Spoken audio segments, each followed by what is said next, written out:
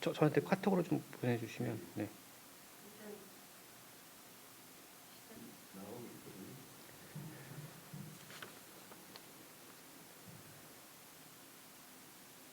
네, 지금부터 건강보험 사각지대 해소를 위한 의료 취약계층 의료비 지원 방안 토론회를 시작하도록 하겠습니다. 안녕하십니까. 저는 사회를 맡은 화성시 지속가능발전협의회 윤흥준 팀장입니다. 반갑습니다. 화성시 지속가능발전협의회 지속가능발전 목표를 실천하고 개선에 기여하는 시민사회 사업 발굴과 지원하는 공모사업을 추진하고 있습니다.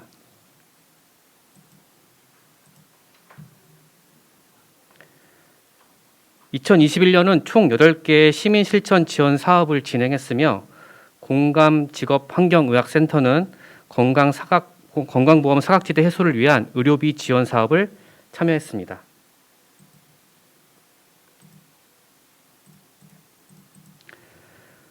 공감직업환경의학센터는 미등록 이주민들의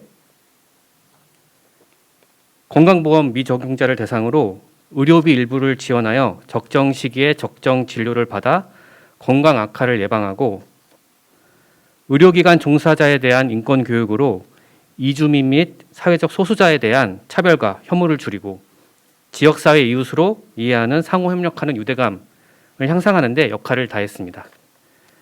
고용허가제 등 제도적 한계에서 비롯한 의료 문제를 보완하고 지역 사회적 대안을 마련해 나가는 이번 토론회를 시작하도록 하겠습니다.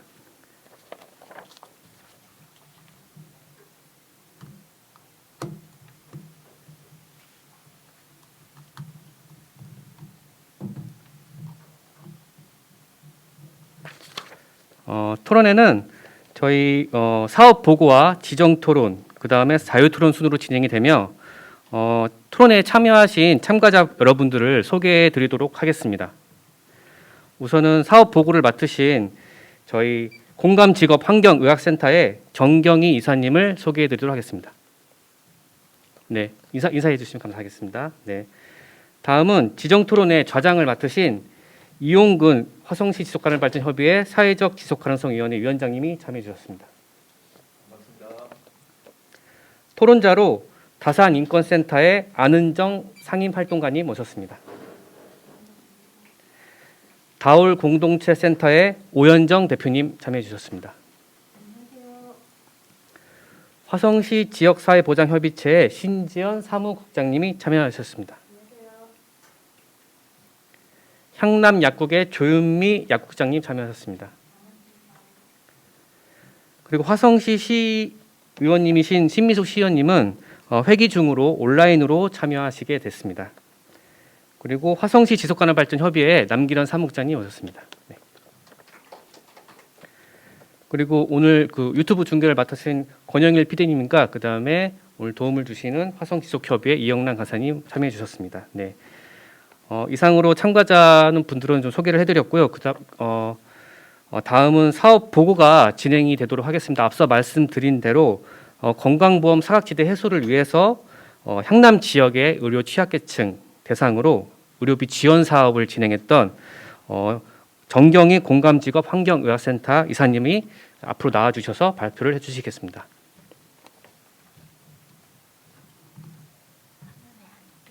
괜찮나요, 팀장님? 저 화면에.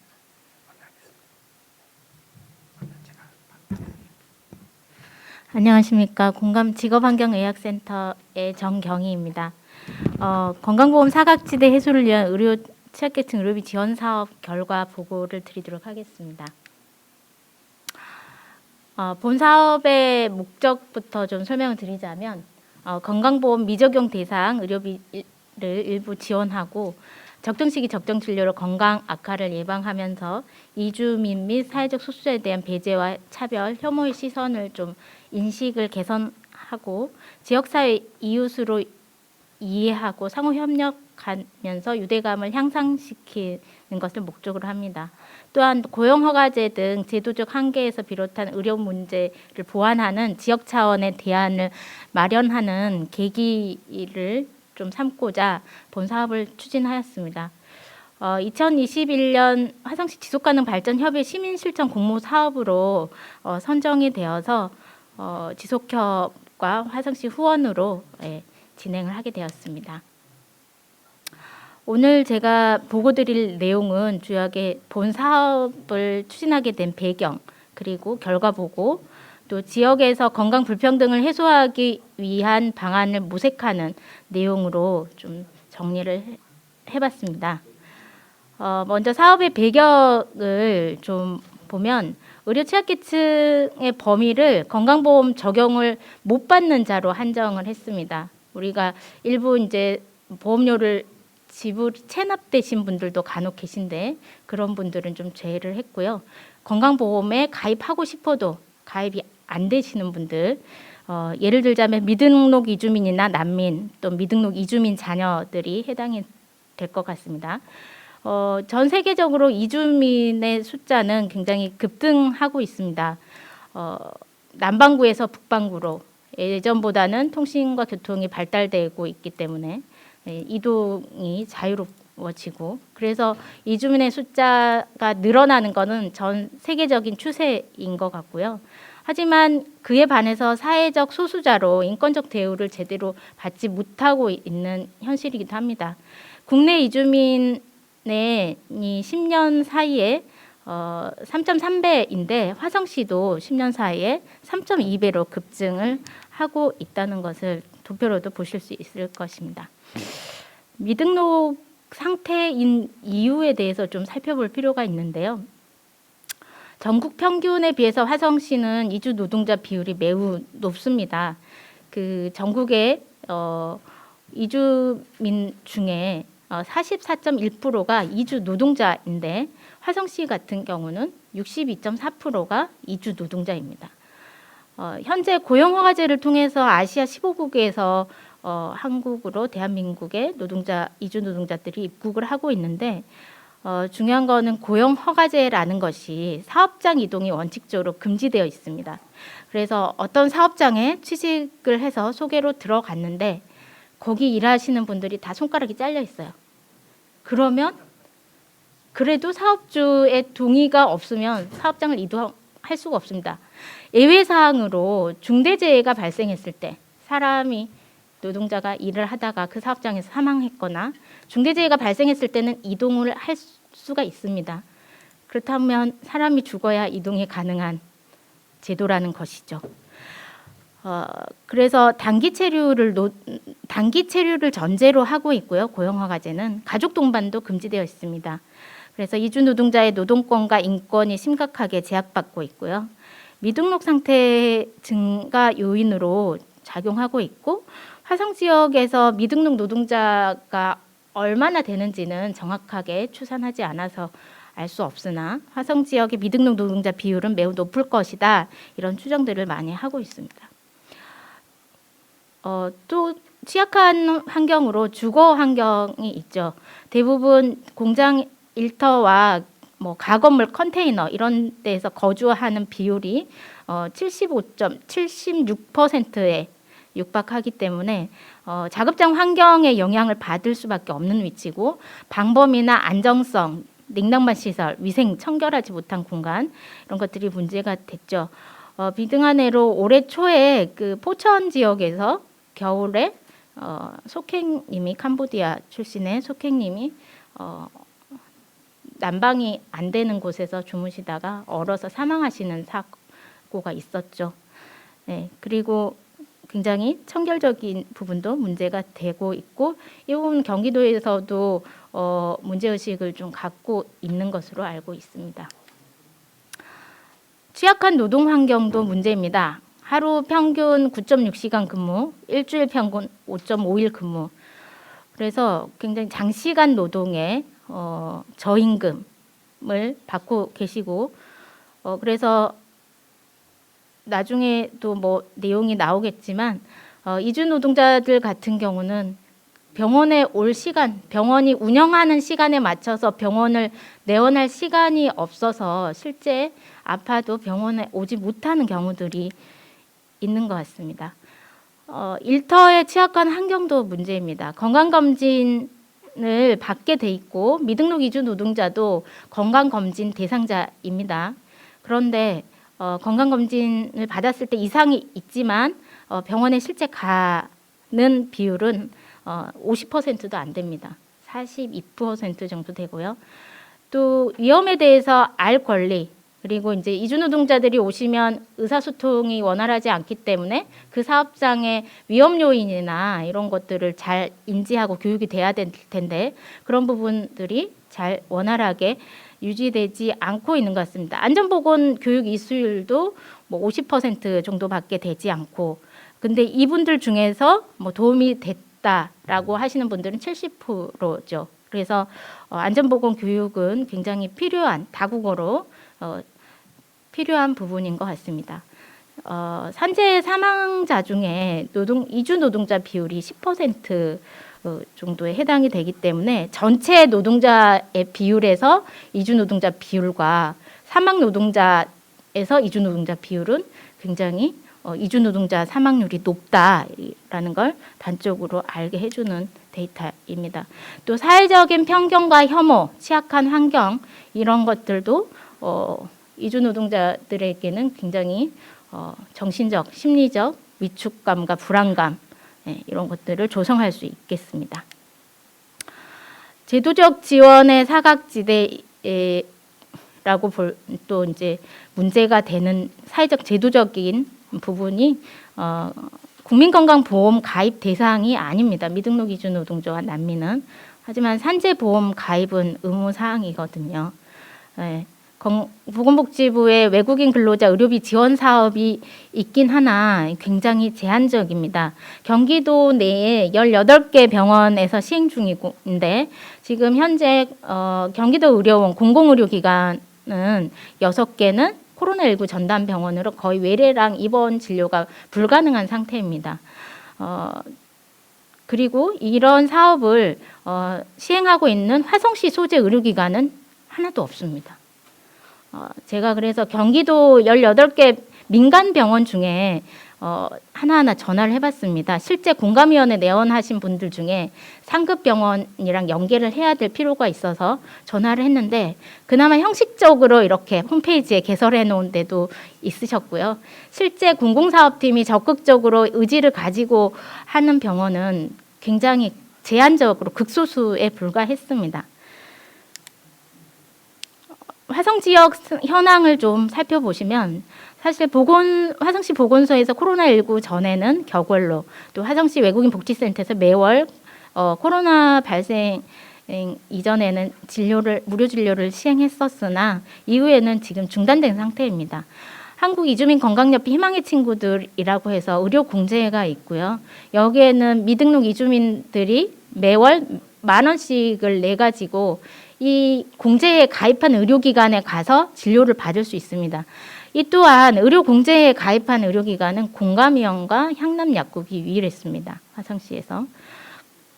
그리고 이제 공감위원과 향남약국에서 자체적으로 추진하던 미등록 이주민 및 난민 의료비 지원 사업을 2020년 6월부터 지금 시행하고 있는데 단순 외래 진료비는 뭐 5,000원, 검사나 비급여 항목에 대해서는 50%를 공제해주는 제도를 시행하고 있고 그 와중에 이제 지속협과 시민실천 공모사업으로 이야기가 돼서 좀 더 확대하고 혜택의 범위를 좀 더 넓혀서 추진을 한 사업입니다.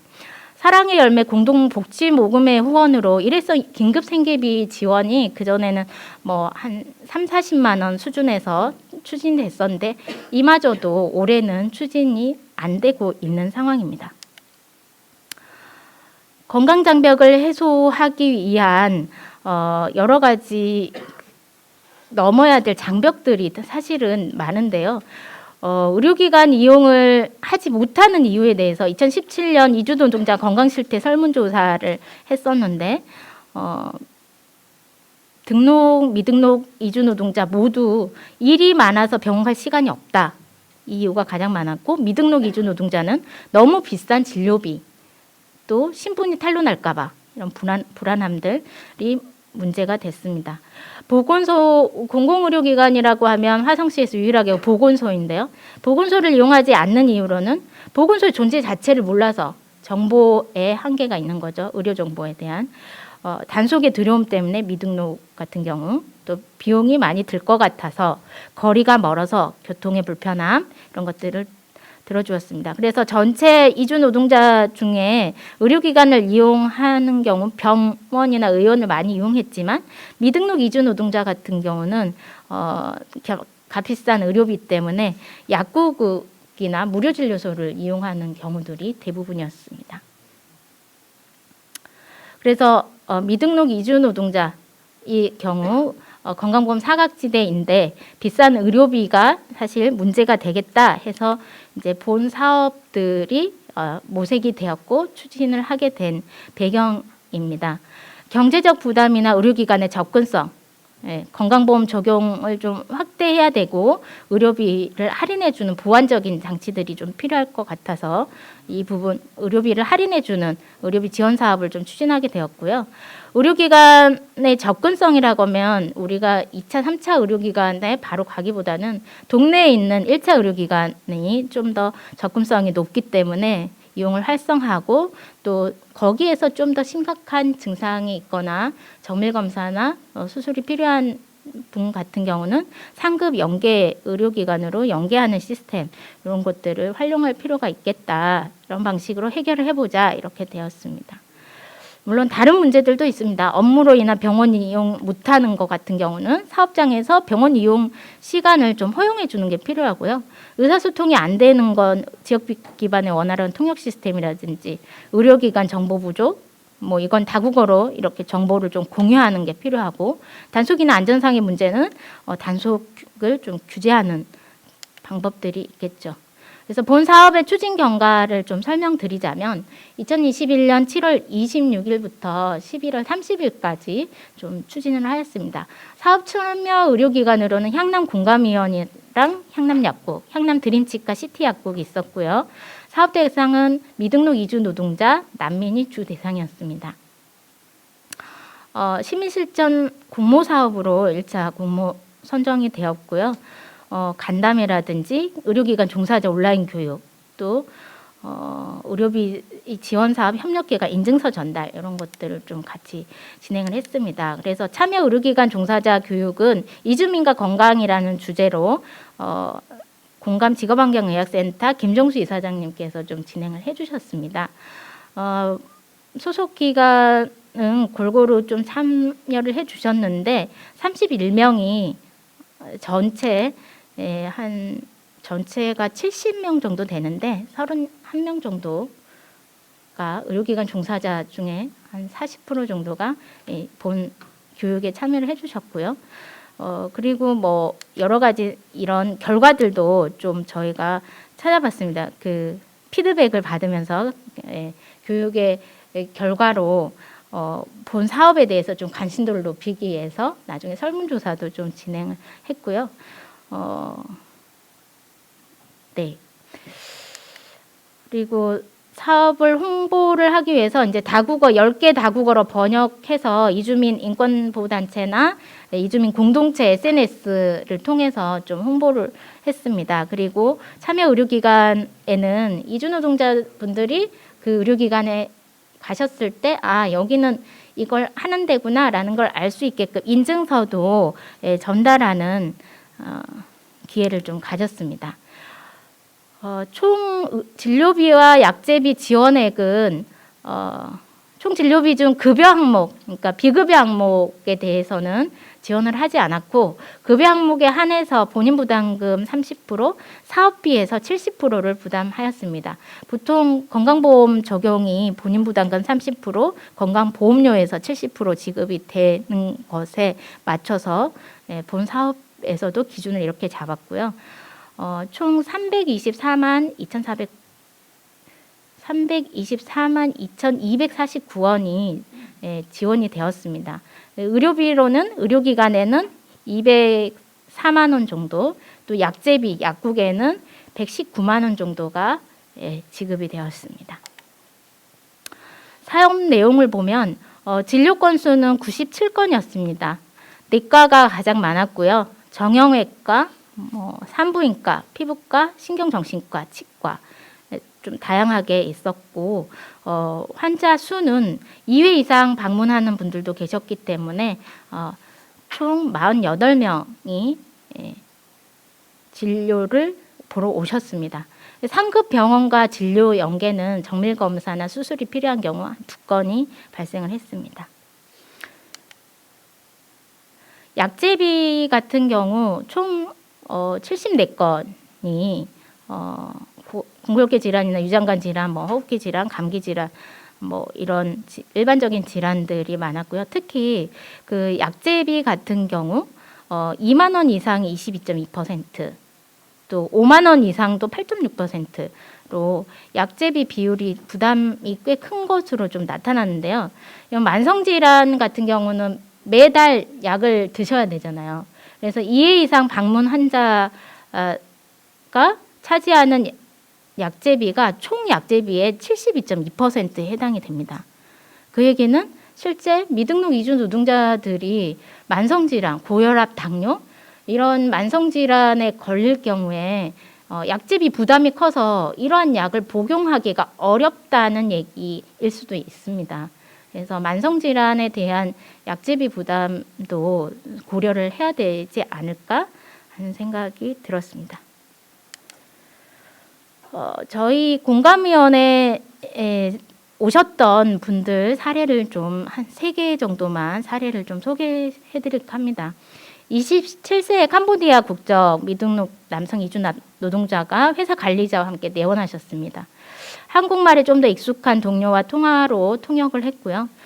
코로나 검사 음성 결과였고 증상 3일 전부터 38도 이상 고열과 오한, 기침, 객담, 급성폐렴이나 독감이 의심되는 상태였습니다. 혈액 검사하고 엑스레이, 인플루엔자 속 검사 이런 걸 해야 되는데 검사를 거부하셨어요. 약만 달라고 하셨어요. 회사 관리자는 그냥 이렇게 팔짱 끼고 이렇게 지켜만 보셨고요. 그래서 이 미등록 이주 노동자 의료비 지원 사업을 안내했더니 검사를 흔쾌히 또 동의하셨습니다. 그래서 검사 결과 인플루엔자 감염증으로 진단이 됐고요. 일주일간 격리를 위한 병가가 필요하다 이런 소견을 또 원장님께서 주셔가지고 휴식을 취하면서 치료를 한 결과 독소에 의한 신기능 저하 상태로 5일간 또 수액도 치료받고 그래서 정상 기능, 신기능도 회복이 되었습니다. 한 달간 추적 관찰 위해서 내원을 권유했지만 이분이 다시 오지는 않으셨어요. 그런데 5일간 지불한 의료비는 한 5만 원 가량 이분이 부담을 하게 되었고 지원비는 9만 원 조금 넘었습니다. 사실 이분 같은 경우도 검사가 제때 적시에 되지 않았다면 더 큰 합병증으로 신기능 이상으로도 발전할 수 있는 상황이었는데 적기에 다행히 또 진료를 받을 수 있어서 다행이었던 사례입니다. 두 번째 사례는 41세 나이지리아 이주 여성이고요. 회사 관리자와 함께 내원했는데 회사 관리자가 통역을 위해서 내원했다고는 하였으나 실제 영어를 잘 못해가지고 저희 원장님이 샬라샬라 영어를 하셔가지고 이분은 무월경 2개월째로 임신 확인을 위해서 내원을 하셨고 초음파상에서 임신을 하였지만 8주 크기로 심장이 뛰지 않는 계류 유산임을 확인했습니다.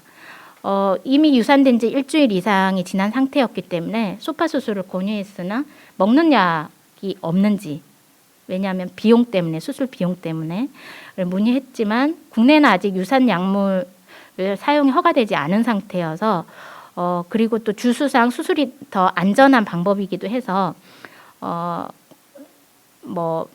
수술 지연 시 감염 등의 부작용 발생 이런 것들 설명드리고 비용은 의료비 지원 사업이 있다라는 안내를 해드렸습니다. 당일 수술 전에 검사를 진행하였고 1일 뒤에 내원해서 수술을 진행하였고 일주 뒤 내원해서 수술경과 초음파 확인 후 수술 후 관리를 설명했습니다. 3회간 지불한 의료비는 15만 1,840원이었고 지원비 같은 경우는 28만 4,960원입니다. 비용이 조금 나갔죠. 그 이유는 의료보험에서도 계류유산 같은 경우는 본인 부담금이 10%라고 합니다. 그래서 나머지는 사업비로 청구되었습니다. 50세 여성 태국 출신 미등록 이주 노동자, 혈압에 대한 우려와 두통 증상을 주소로 내원을 하셨어요. 진료실에서 혈압 체크하고 고혈압, 당뇨 등 만성질환에 대한 기본 혈액 검사랑 소변 검사를 진행하셨고요. 혈압을 재체크하고 혈압이 지속적으로 높아서 약물 치료를 시작하셨습니다. 혈액 검사 결과 당뇨는 경계치 수준으로 3개월가량 생활 습관을 개선해보고 이후 추적 검사를 하기로 했고, 약물 치료 후에 두통 증상이 호전되었습니다. 혈당은 여전히 높아서 보다 적극적인 식이 조절을 권고한 상태였고요. 진료실에서 실제 수동으로 잰 혈압이 호전을 보인 결과를 나왔고, 두통 증상도 호전이 되었습니다. 그래서 혈압도 호전이 되었고, 그래서 다음 방문 시 혈액 검사나 소변 검사 다시 했고, 고혈압, 당뇨 등 만성 질환에 대해서 적절한 검사와 치료를 통해서 검사 결과가 호전이 되었습니다. 이번 같은 경우는 혈압으로 인한 두통 증상이 발생을 했었다는 것이죠.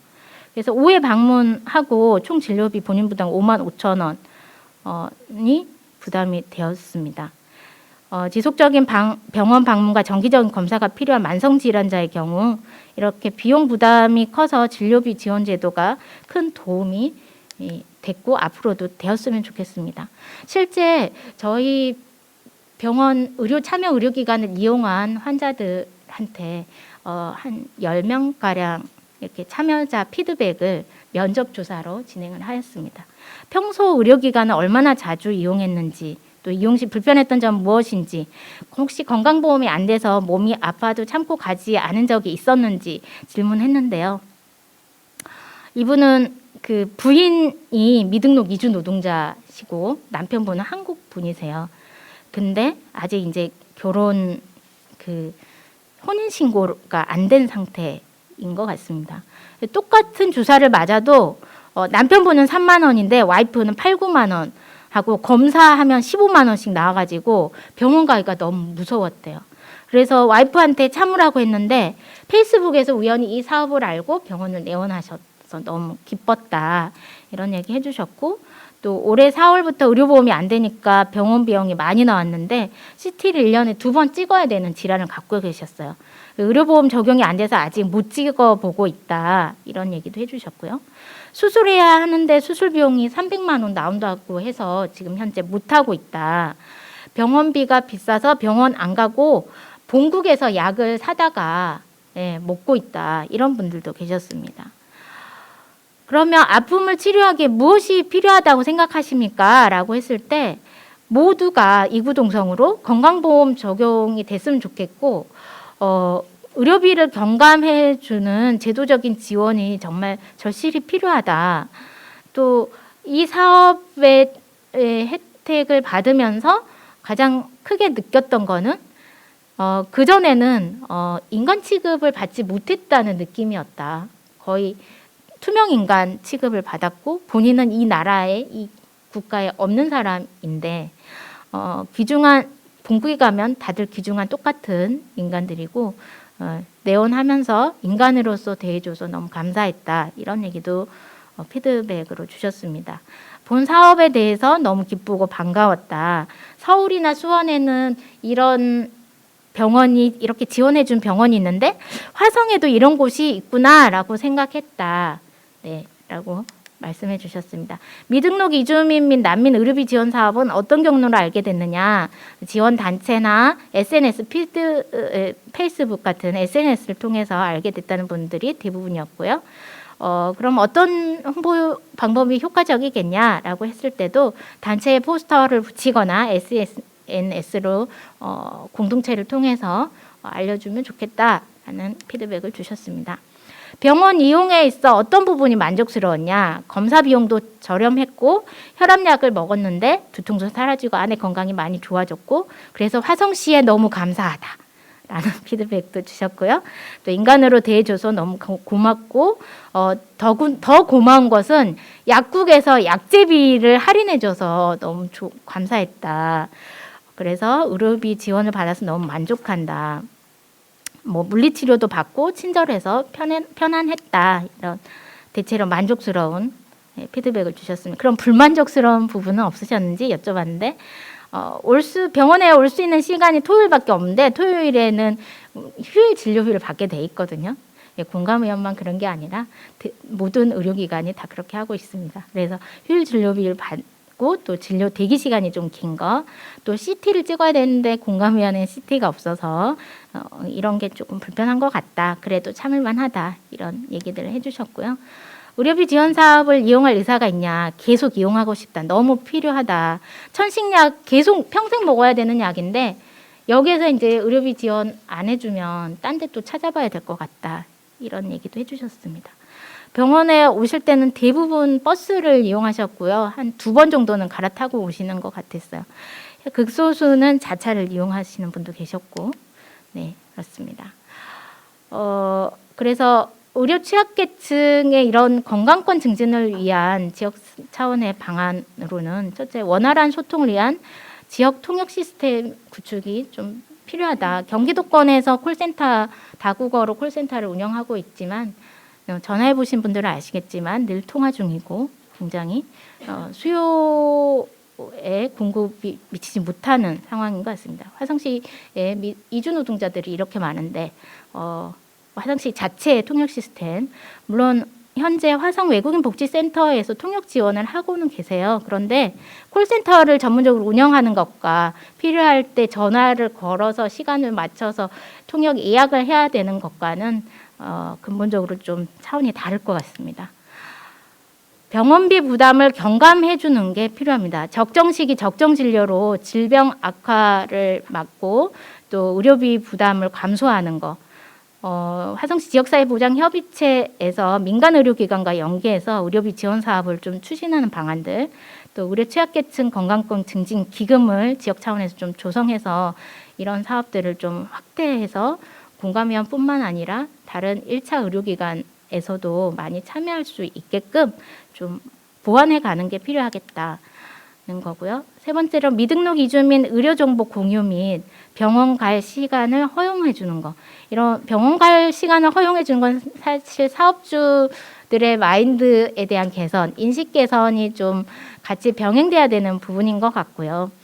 그리고 미등록 이주민 의료정보 공유 같은 경우는 화성시 보건소라든지 미등록 이주민들이 주로 찾고 이용할 수 있는 의료 정보를 좀 다국어로 번역해서 SNS나 또 산단의 그 식당들이 있어요. 이 현장 노동자들이 이용하는 그런 식당에 배포를 해도 좀 홍보가 잘 될 것 같다는 생각입니다.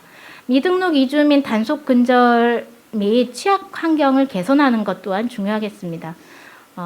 1차 예방적인 측면에서 이주 노동자의 적합한 주거 환경을 좀 마련하고 이주 노동자의 노동 조건 개선을 좀 지도하고 비인권적인 단속 같은 경우는 좀 완화해 가는 것이 필요할 것 같습니다. 아픔과 고통 앞에 누구도 배제, 차별받지 않는 이 화성시 함께 만들어 갈 수 있도록 함께 노력해 주셨으면 감사하겠습니다.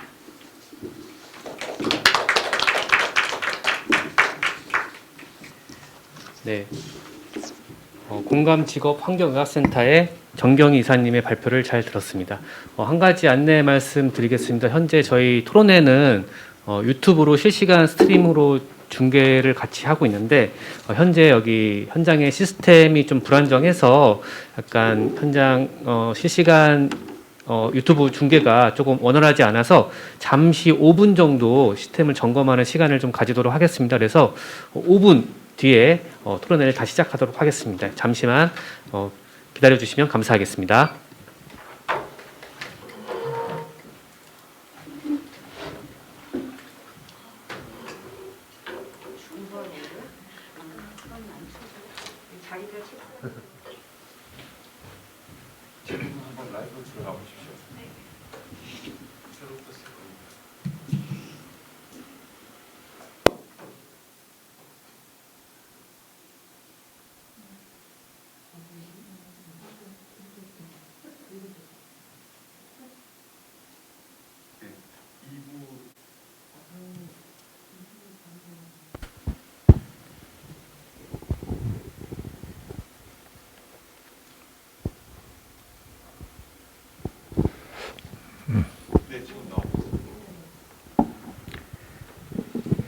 네,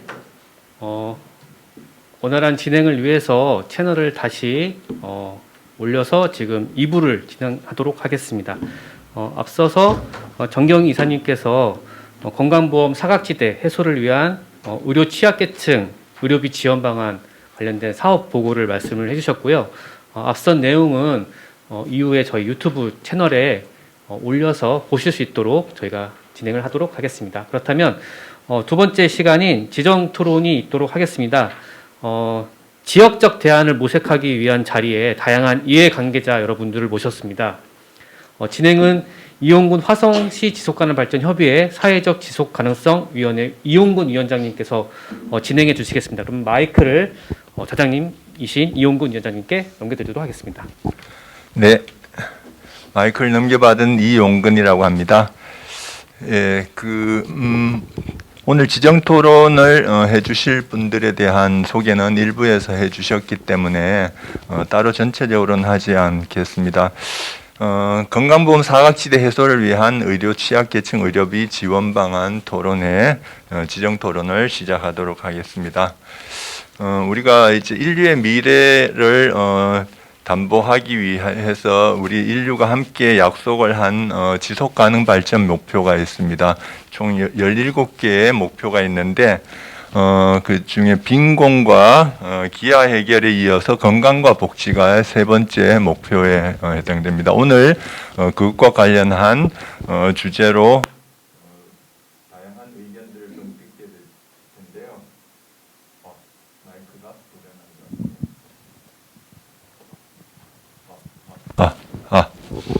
네, 마이크.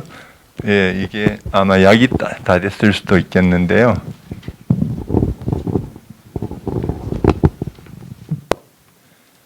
네, 계속하도록 하겠습니다.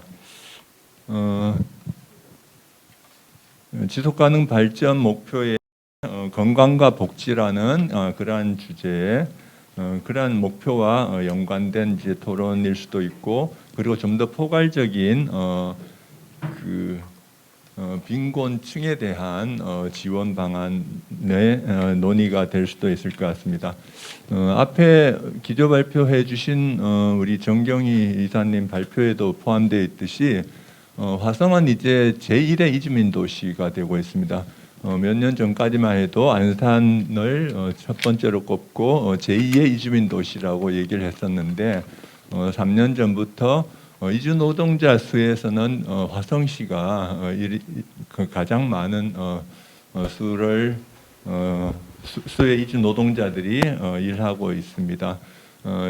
얼마 전에 이제 최근 통계가 또 발표됐는데 그 격차가 이와의 격차가 더 벌어질 만큼 화성시가 이주 노동자가 가장 많이 일하는 도시로 계속 자리 잡고 있습니다. 그리고 그 이주 노동자들 이주민들 중에서 보통 한 10%에서 20% 정도가 미등록 이주민이기도 합니다.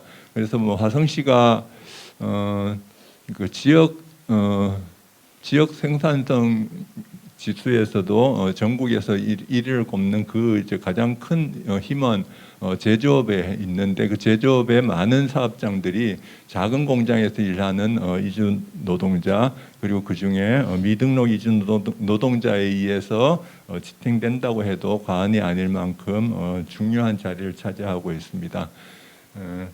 그러한 이제 미등록 이주민들이 우리 사회에서 소외되지 않고 건강할 권리를 우리가 보장하기 위해서 오늘 이 자리가 있는 것 같습니다. 발표에 이어서 지정 토론으로 첫 번째 다산인권센터 안은정 활동가님을 모시고 말씀 듣도록 하겠습니다.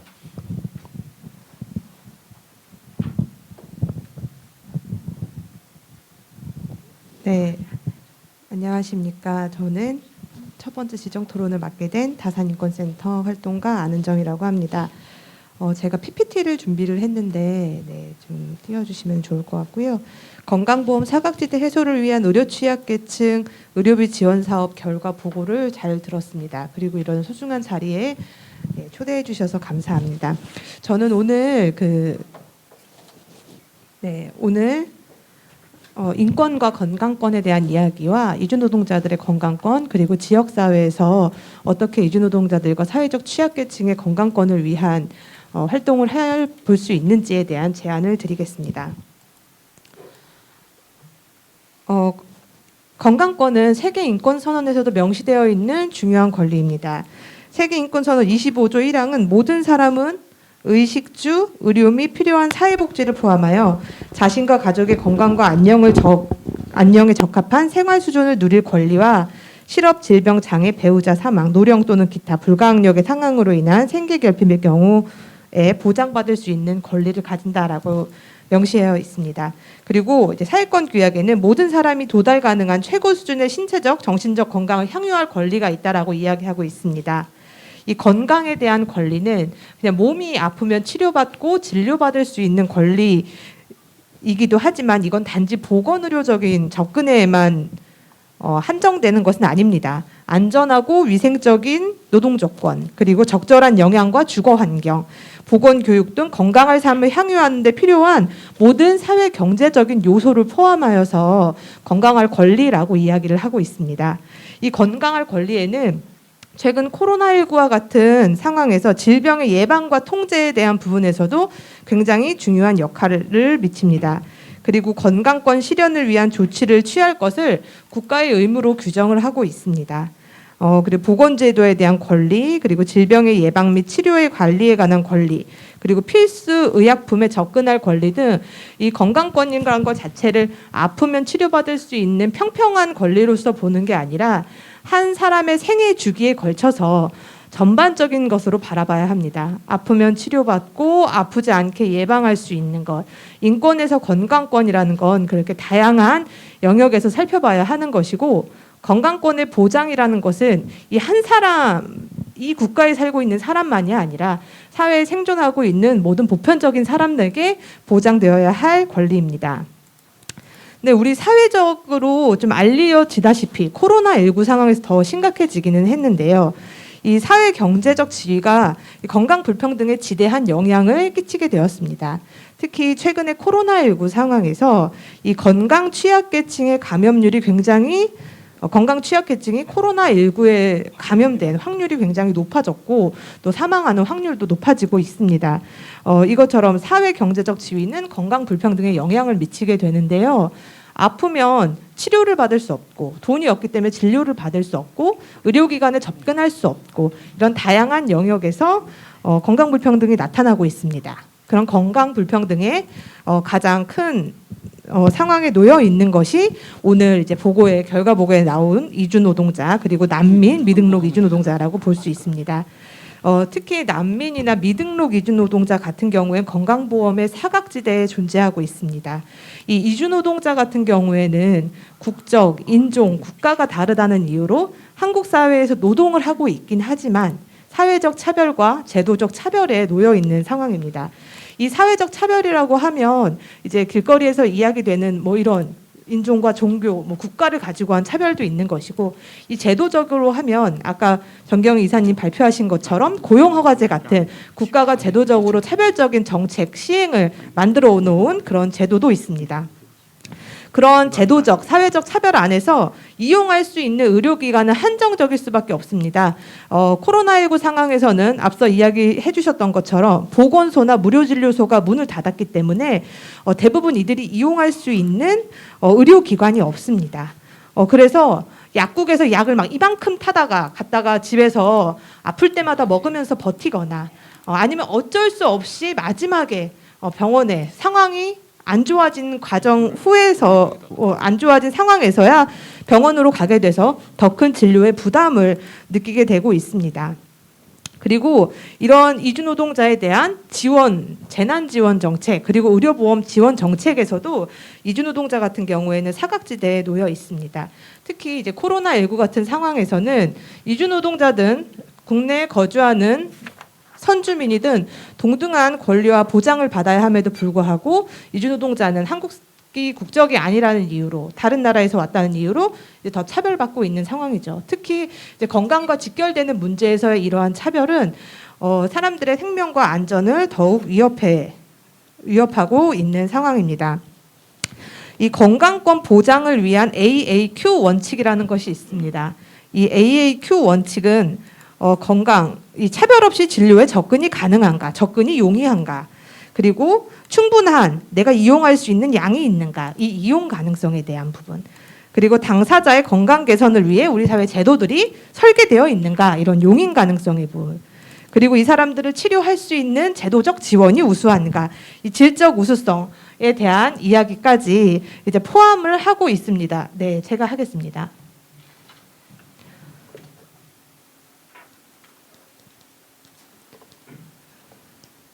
네, 그런 것까지 포함하고 있는 상황입니다. 하지만 이런 건강권 보장을 위한 AAQ 원칙에도 이주노동자의, 특히 미등록 이주노동자의 건강권은 그 건강권 보장을 위한 원칙에도 제대로 보장받지 못하고 있는 상황입니다. 코로나19 상황에서 공공의료의 중요성이 더욱더 두드러졌습니다. 이 제때 진료받을 수 있는 그 조건이라는 것, 이 공공의료의 중요한 조건 중에 하나고요. 그리고 누구나 평등하게 그 진료를 이용할 수 있어야 합니다. 이렇게 다양하게 이 나의 건강과 연결되어 있는 것들은 너무나 다양한 측면에서 존재하고 있는데요. 특히 뭐 일하고 있는 현장이나 주거하고 있는 환경들이 이주노동자들의 건강과 굉장히 밀접하게 연결되어 있습니다. 하지만 이 이주노동자들이 닥쳐 있는 현실은 저희 다산인권센터가 올해 경기도 코로나19 지원 정책을 분석을 하면서 화성에 있는 이주노동자분들을 인터뷰한 적이 있습니다. 화성에 있는 이주노동자분이 회사를 그만두고 캄보디아 쉼터에서 살면서 이제 그분을 인터뷰했을 때 본 사진입니다. 이렇게 외벽이 컨테이너로 되어 있는 컨테이너 건물에서 생활을 하고 있었고, 이 안에는 곰팡이가 가득 찬 컨테이너 내부의 실내 공간이었습니다. 그리고 이런 곳에서 밥을 하고 쥐가 뭐 오가는 공간에서 밥을 하고 밥을 먹고 있었는데요. 이렇게 주거라는 공간이 취약하기 때문에 취약한 주거는 건강한 것들과 굉장히 연관이 많이 되어 있죠. 이미 노동의 조건과 사회적 차별과 제도적 근거와 삶의 조건들이 이렇게 건강을 위협하고 있는 상황이기 때문에 더 안 좋아질 수밖에 없는 것이고요. 특히 이 한 또 노동자의 증언을 보면은 코로나19 때문에 외출이 금지라고 해서 아파도 병원에 못 가게 한 거죠. 그래서 가면은 10만 원 벌금 내게 할 거야라는 이제 사장님의 이런 협박도 있었던 거죠. 실제로 이렇게 이주노동자들이 이런 주거 환경에서 아파도 제때 치료받지 못해서 병을 더 묵히고 있는 실정입니다. 그렇기 때문에 이런 의료비 지원 정책이라는 것들은 이주노동자의 건강과 삶을 보장하는 데 굉장히 유효했다라고 볼 수 있습니다. 특히 저희가 이번에 만난 이주노동자, 한국에 오래 살던 미등록 이주노동자분이었는데요. 한 분은 17년 동안 거주하면서 임신 출산 말고는 병원에 가본 적이 없다고 합니다. 건강보험이 없어서. 그래서 미등록자를 위한 보험이 있으면 좋겠다. 이 사람이 생각해 보세요. 우리가 낯선 곳에서 17년을 살고 있는데 아파도 병원에 갈 수 없고 약밖에 먹을 수 없는 현실이면 그 얼마나 두렵겠습니까? 그래서 이들을 지원할 수 있는 건강보험 제도 혹은 단기적으로 지원할 수 있는 제도가 있다면 사실 누구나 건강하고 안전하게 살 수 있지 않을까요? 그리고 이 12년 된 미등록 이주노동자는 아프면 병원을 못 가는 거죠. 돈이 많이 드니까. 그래서 그냥 집에서 약을 받아 먹고 쉬는데 그 쉬고 있는 이 사람의 마음은 어떨까요? 그러니까 약을 먹어서 괜찮아지는 질병이면 괜찮은데 그렇지 않은 질병에 놓여 있을 때는 이 불안감과 이 고통은 개인이 고스란히 감내할 수밖에 없는 상황입니다. 그럼 이런 불안감과 고통, 건강에 대한 것을 개인이 혼자 감내하는 게 아니라 지역 사회에서 함께 사는 사람들이 같이 이 문제를 해결해주고 문제를 같이 고민해주는 것이 필요하다는 생각입니다. 그래서 이 의료비 지원 사업이 저는 굉장히 유의미하다라는 생각이 드는데요. 무료진료소나 보건소가 운영을 안 하는 상황에서 취약계층의 건강을 보장할 수 있는 좋은 사업이었다라는 생각이 듭니다. 그리고 평등하고 안전하게 진료, 치료할 수 있는 시작을 만드는 의미 있는 사업이었다. 그러니까 미등록 이주 노동자들이 코로나19 상황에서 백신을 맞을 때 백신 접종률이 최근에 초창기에는 굉장히 저조했거든요. 이 저조한 이유가 사실은 뭐라 그럴까 기존에 단속 추방이나 이런 것들이 있었기 때문에 이렇게 의료 시설을 이용하면은 나도 어떻게 될까봐에 대한 두려움이 컸던 거예요. 그러면은 안전하게 믿을 수 있는 의료기관이 있다는 것 그리고 제도적으로 보장해 준다는 게 굉장히 중요하거든요. 저는 이런 사실 사업이 그렇게 진료를 치료를 할 수 있는 시작, 누군가 지역 사회에 내가 믿을 수 있는 구석이 있구나, 내가 여기서 살아갈 수 있구나를 알려주는 시작이라는 생각이 듭니다. 그리고 인간의 존엄성이란 말을 많이 하잖아요. 인간의 존엄이란 거는 그냥 살아 숨쉬는 것만이 존엄이 아니라는 생각이 듭니다. 인간으로 살아가야 할 가장 기본적인 권리를 보장하는 것. 그 가장 기본적인 권리 중에 첫 번째는 또 건강할 권리 아니겠습니까? 그래서 사실팔명, 이 공감의원을 이용했던 48명의 사실은 이 건강과 삶을 보장할 수 있었던 것, 그리고 그 가족들이 그런 것들을 통해 만족감을 같이 느낄 수 있었던 것, 그래서 더 소중한 의미가 있지 않았나 생각합니다. 그래서 이게 저는 보니까 한 4개월 정도에 48명이 이용했다고 하면 그래도 굉장히 많이 이용한 사업이라는 생각이 들어요. 그래서 단기간으로 끝나는 게 아니라 지속적으로 이어가는 것이 필요하다는 생각이 들고요. 또 하나는 이렇게 의료 이용이 어려운 사람들이 단지 미등록이 주민만은 아닐 거라는 생각이 듭니다. 사회적 약자, 소수자, 취약계층 등으로 지원 대상이 확대하는 게 필요한데요. 특히 이 장애인 같은 경우에 최근에 화성시에서 발달장애인이 코로나19에 감염됐는데 그 병원으로 이송이 되지 못한 경우가 발생했었어요. 이제 그런 것처럼 이게 장애인들 같은 경우에 사회적인 돌봄이나 혹은 더 지원해야 될 것들이 있는데 이분들에 대한 지원 시스템들이 더 필요하지 않을까라는 생각입니다. 그리고 이주 노동자 같은 경우에는 특히 산재 후유증을 겪고 있는 분들도 많거든요. 그래서 그냥 단지 아파서 진료하는 것뿐만이 아니라 이 사람들이 한국에 거주하는 동안 그 후유증을 케어해 줄 수 있는 그런 것들까지 포함해져야 되지 않겠나라는 생각입니다. 그리고 코로나19 후유증도 마찬가지겠고요. 코로나19 감염됐던 이주 노동자들, 그리고 이제 사회적 약자 소수자들에 대한 지원들도 함께 필요하다는 생각입니다. 그리고 좀 덧붙여서 화성시에 지난 겨울에 이런 지역신문에 이런 기사가 떴어요. 화성시에 홈리스가 발생을 했는데 지원해 줄 수 있는 게 없어가지고 다른 지역으로 보내버린 거예요. 수원시에 다시서기 센터 이런 데가 있어가지고. 이제 그게 언론에서 이제 막 부각이 되면서 화성시 같은 경우에는 이제 겨울에 부랴부랴 이제 대책을 만들긴 했는데 왜 이 사람을 화성시에 있는 사람을 수원시로 보냈냐? 지원해 줄 수 있는 대책이 없는 거예요. 그럼 이 사람을 지원해 줄 수 있는 대책이 뭐냐? 최소한 살 수 있는 거, 의료를 보장해 줄 수 있는 거잖아요. 그러면 이러한 제도적 지원들이 있으면 그분들이 조금 더 어떻게 보면 안전하게 지역사회에서 함께 공존할 수 있지 않을까라는 생각이고, 또 하나는 성소수자 역시도 마찬가지입니다. 이렇게 뭐랄까 주민등록 번호의 문제이거나 이제 신체적인 요건들 때문에 병원에 이용하면 차별적인 시선을 많이 보일 때 그렇지 않은 공간들이 있다라는 게 이 사람들을 안정적으로 할 수 있는 저희 병원을 이용할 수 있게 하는 좋은 의미일 거라는 생각이 듭니다. 마지막으로 저는 이런 것들이 여기 지속협의나 공감의원 몇 군데서 이야기되는 게 아니라 이 화성시 전반적으로 확대되고 함께 되어야 될 문제라는 생각이 듭니다. 그래서 지역사회에서 함께 해야 될 고민들이 필요할 것 같고요. 적절하게 치료받고 진료받는 것도 중요하지만 건강이 위협당하지 않도록 예방하는 과정도 필요하다. 앞서 말씀드렸듯이 주거에 대한 것, 노동에 대한 것 이런 것들도 조금 더 눈여겨보고 보장해 될 수 있는 것들이 필요하겠다라는 생각이고요. 특히 화성시 같은 경우에는 이주 노동자를 또 이렇게 직접적으로 지원하는 단체들이 없습니다. 다문화라는 것들로 묶여 있기 때문에 이주 노동자 이렇게 많은데 이주 노동자 지원하는 거 없다는 거는 저는 좀 고민이 되니까 그런 부분들은 사실은 이제 지역 사회에서 함께 고민해볼 문제라는 생각이 들고요. 그리고 건강에 중요한 영향을 미치는 이주 노동자 주거 환경 개선이 필요하고, 건강은 이렇게 지원해 주는 거, 시혜와 동정으로 지원해 주는 게 아니라 권리입니다. 진료받을 권리, 진료받을 시간을 보장하게 할 수 있는 사업주 교육이나 그리고 아프면 쉴 수 있게 하는 사회적 지원 제도, 그리고 그런 것들을 지자체에서 분위기를 만들어야 한다라는 생각이 듭니다. 그리고 쉽게 접근하고 이용 가능한 환경이 마련돼야 되고요. 마지막으로 동등한 시민으로 바라보는 시각이 필요한 것 같아요.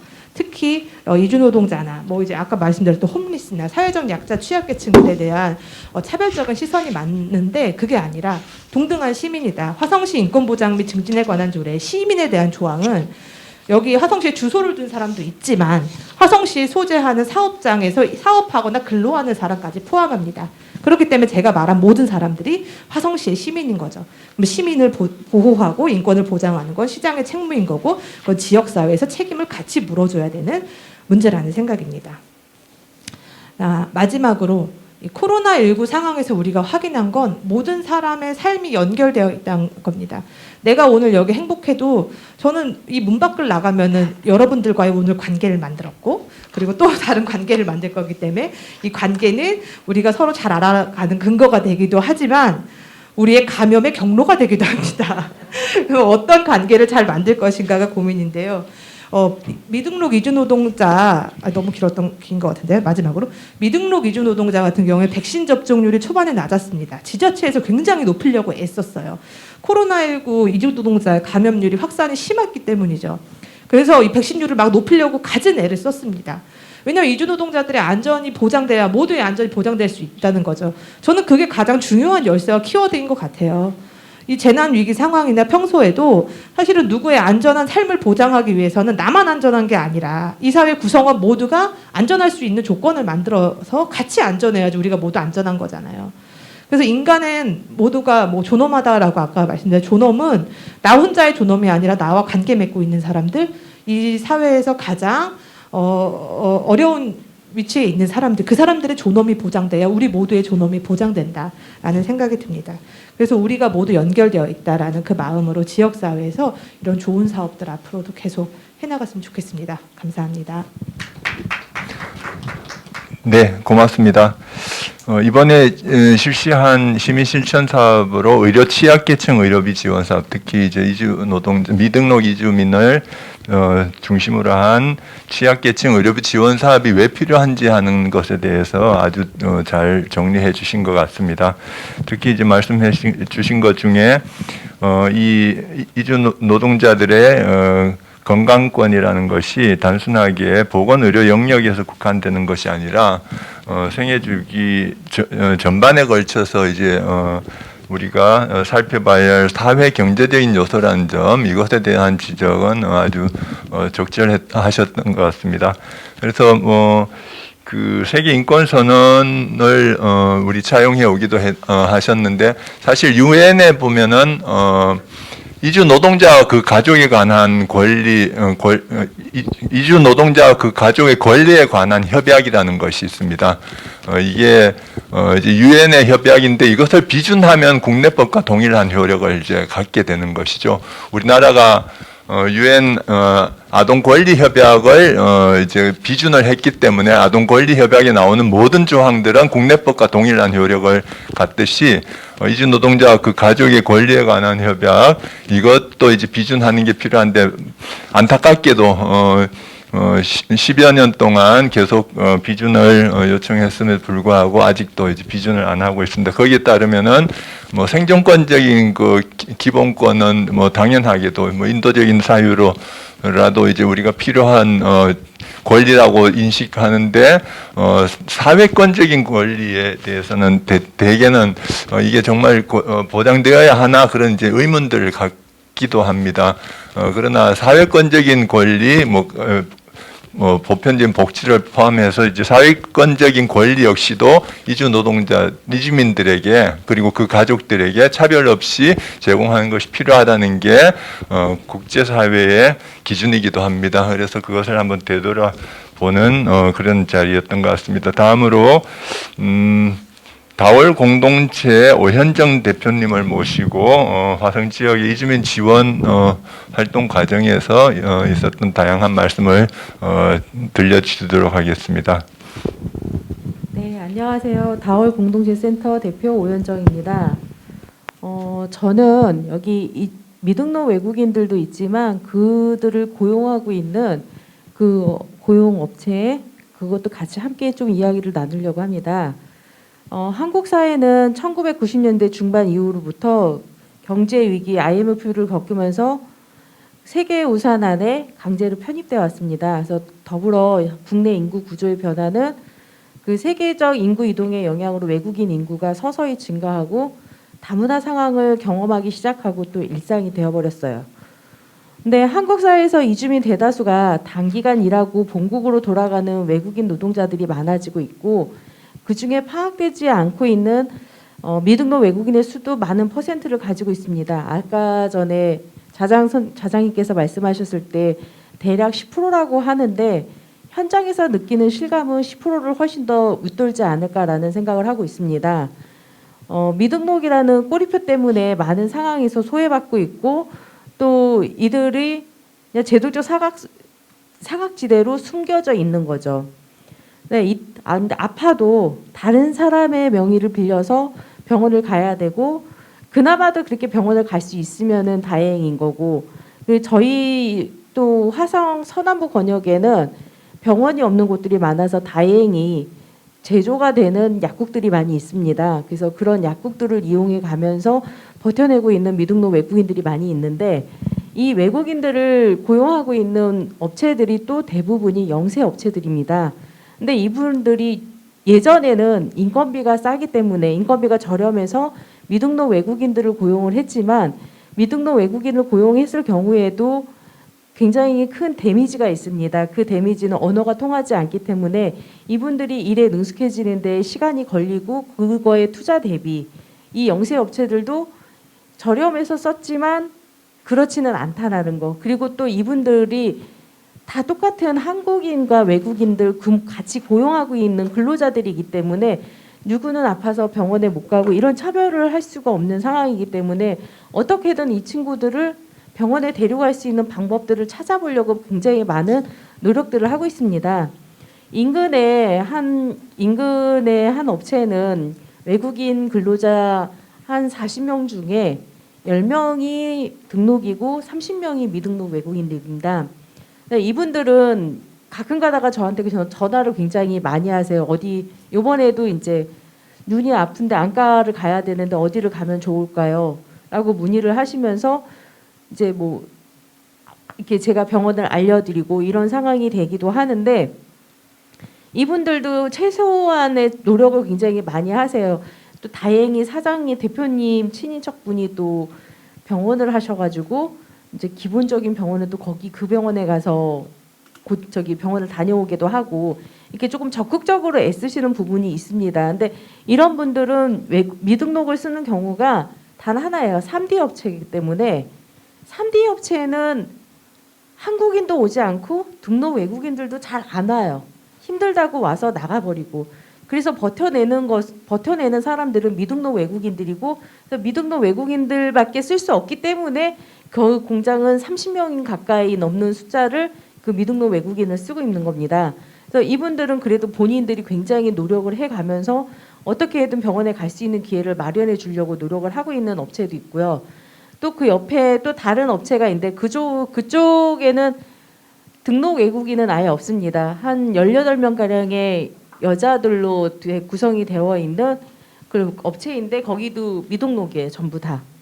근데 여기도 이 친구들이 병원을 가기 위해서 굉장히 고민들을 하고 있는데 우리 주변에 보면은 특히 이쪽 산단이 많은 지역들을 보면은 미등록 외국인들이 굉장히 많이 업체마다 있었는데 그 업체들이 전부 다 영세업체이기 때문에 대기업처럼 훌륭한 기숙사를 만들어줄 수도 없고 또 그분들이 먹거리도 그분들이 원하는 먹거리를 다 해주면서 만들어갈 수가 없는 본인들의 월급조차도 잘 가져가지 못하는 그런 업체들이 굉장히 많이 있거든요. 그래서 이런 업체들을 위해서 그리고 그 속에서 일하고 있는 미등록 외국인들을 위해서 과연 우리가 할 수 있는 일이 무엇일까도 굉장히 고민을 많이 해봐야 되고 그 미등록 외국인들의 의료 지원비뿐만 아니라 그 사람들을 고용하고 있는 업체에 대한 지원도 우리가 어떤 방향으로 나가야 될 건지도 저희들은 고민을 해봐야 된다고 생각을 합니다.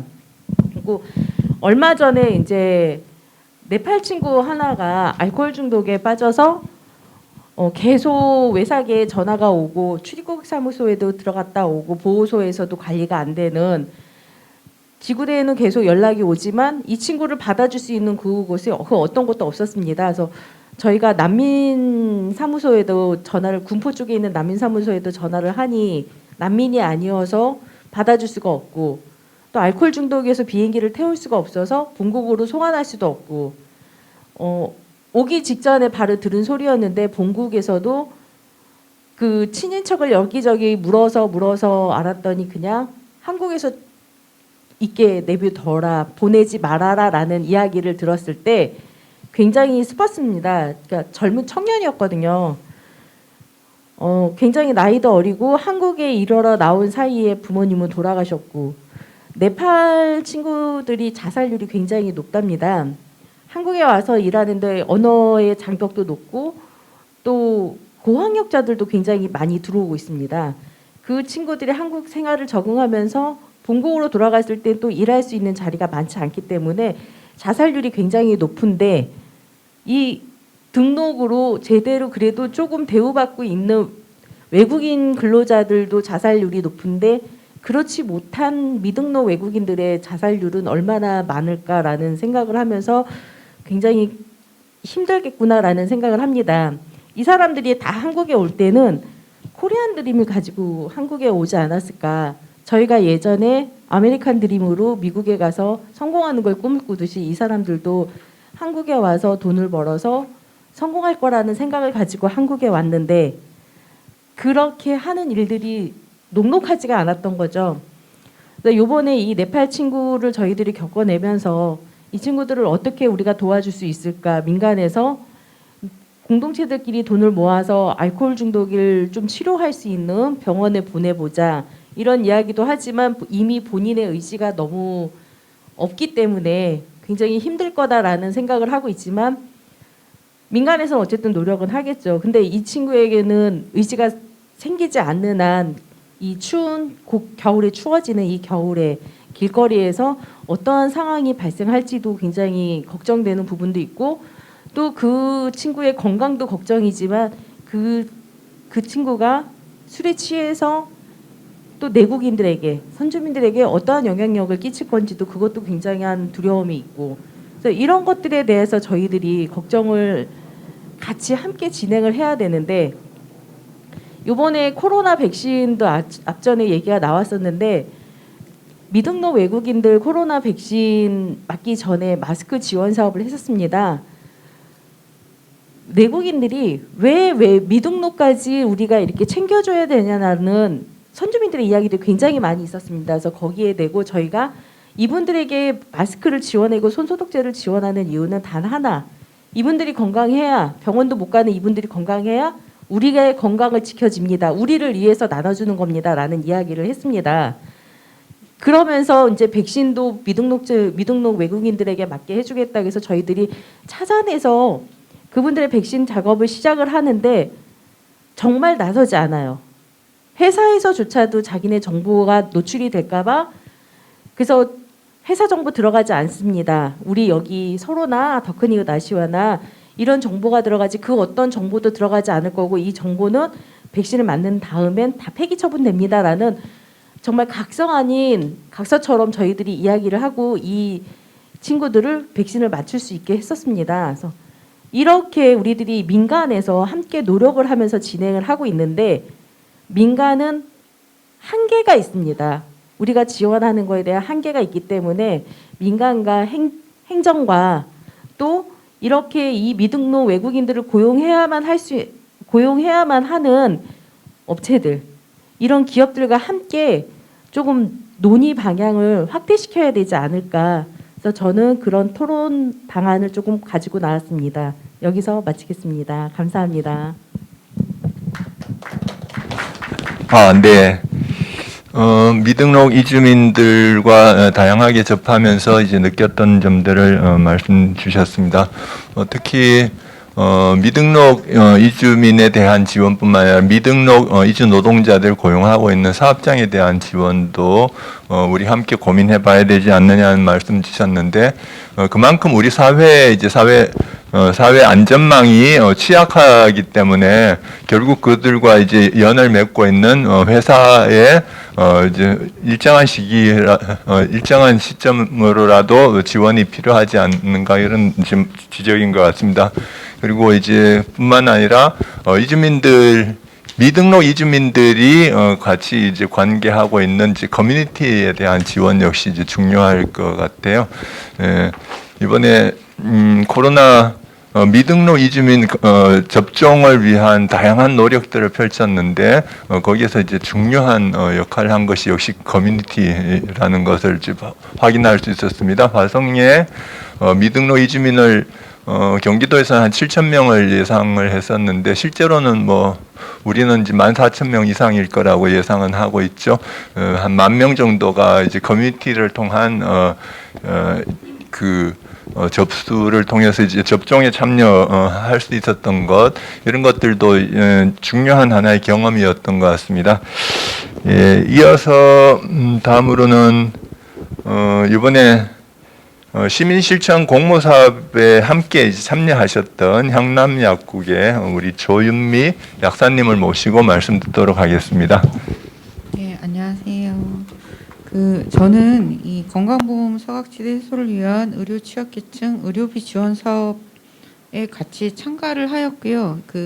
사실 결과 보고에 대부분의 내용이 나오기도 하는데 만성 질환자의 약제비 지원이 중요하다라는 생각에서 앞서 결과 보고를 하신 정 이사님께 이런 내용을 좀 전달해 주셨으면 좋겠어요. 그랬더니 토론자를 하라고 해서 어쩔 수 없이 토론자를 하게 됐고요. 이제 약국에 관련해서 간단한 통계와 결과 보고를 발제를 드리고 그다음에 이제 그 약국에서 이 사업을 하면서 느꼈던 어려운 점이랑 개선점에 대해서 말씀드리겠습니다. 근데 결과 보고에서 발제하신 부분하고 거의 많이 겹칠 수도 있는데 약국을 중심으로 해서 저는 말씀드리도록 하겠습니다. 이 사업에 사실 두 개의 약국이 참여를 했고 드림치과 인근에 있는 시티약국의 경우 처방 건수가 한 건도 없었기 때문에 사실 약제비와 관련된 지원은 이제 저희 약국 1개로 한정되어서 지원이 된 걸로 알고 있습니다. 약제비 통계를 보면 82건이 총 지원을 받았고요. 총 약제비는 170만 원 정도 나왔습니다. 그래서 환자 부담금이 51만 원, 지속협 지원금이 70%인 119만 원 정도 되었습니다. 그래서 여기서 보면 총 진료비가 앞에서 발표하실 때 보면 총 진료비가 350만 원 정도 됐는데 총 진료비와 비교해 보면 약제비가 진료비의 절반 정도를 차지하게 된다고 볼 수 있겠습니다.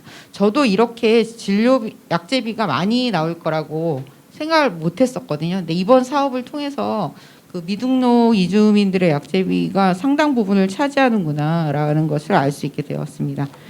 그리고 미등록 이주민의 경우처럼 등록 이주민과는 다르게 병원이나 의원을 찾지 못하고 약국에서 임시방편으로 약을 사 먹는 것으로 질환을 대처하기 때문에 사실 이번 기회를 통해서 오신 분들이 만성질환자들이 좀 많이 오셨어요.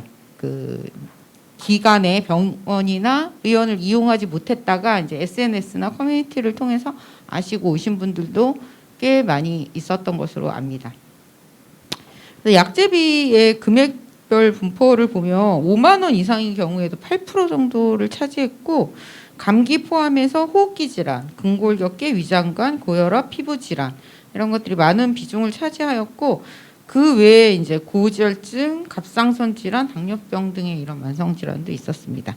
이 만성 질환을 얘기하는 이유는 만성 질환으로 방문한 환자 13명이 있었는데 그 13명의 약제비가 116만 원이었어요. 총 약제비가 170만 원인데 그 중에 보면 68%를 이 만성 질환으로 방문한 환자 13명이 차지하신다는 거죠. 그 얘기는 그러니까 그분들이 이제 13명이 방문했은 44회이기 때문에 거의 절반 정도 전체 건수의 54%를 차지하는 정도이고 그 중에 이제 예를 들면 아까 말씀하신 피드백 받았다는 그 천식 환자 같은 경우에는 흡입기 때문에 한 달의 약제비가 9만 원, 10만 원이 나와요. 그래서 석 달치를 가져가셨는데 27만 원 정도가 나오셨어요. 약제비, 총 약제비. 그러니까 총 약제비로 말씀드리는 이유는 사실 우리가 약제비를 지원하지 않았을 때는 그 환자 부담금이 전체 100%가 되는 거고 그것이 총 약제비이기 때문에 총 약제비로 말씀을 드리고 있습니다. 그리고 어떤 환자 같은 경우에는 이제 혈압이 160이 넘는데 처음 혈압약을 먹는다라고 말씀을 하셨고요.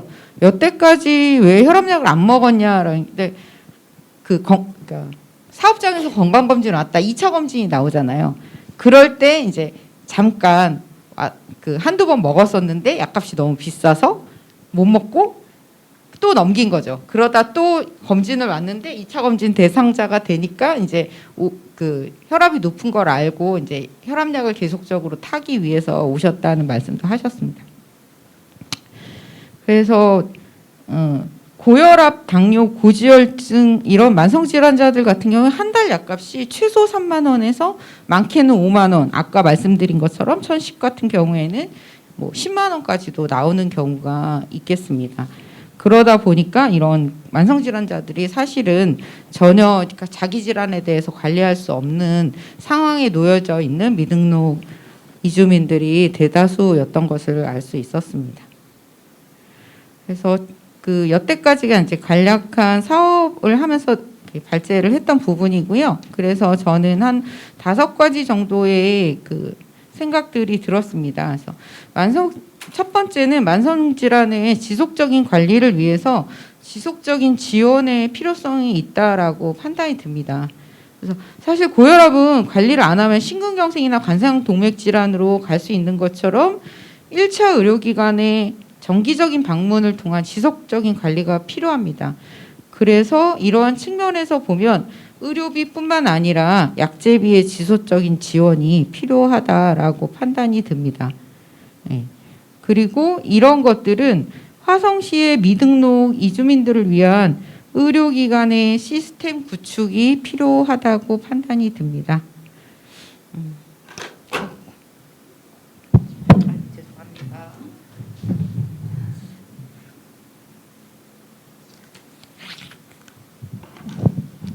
그러니까 왜냐하면 이제 만성 질환을 관리하기 위해서 1차 의료기관을 계속적으로 가야 되는데 1차 의료기관이 적은 경우에는 사실상 저희 병원이나 약국처럼 이렇게 멀리 있는 기관을 화성시 전체가 이용할 수는 없기 때문에 사실 인근의 병의원에 지속적인 지원이 좀 필요하다라고 판단이 듭니다.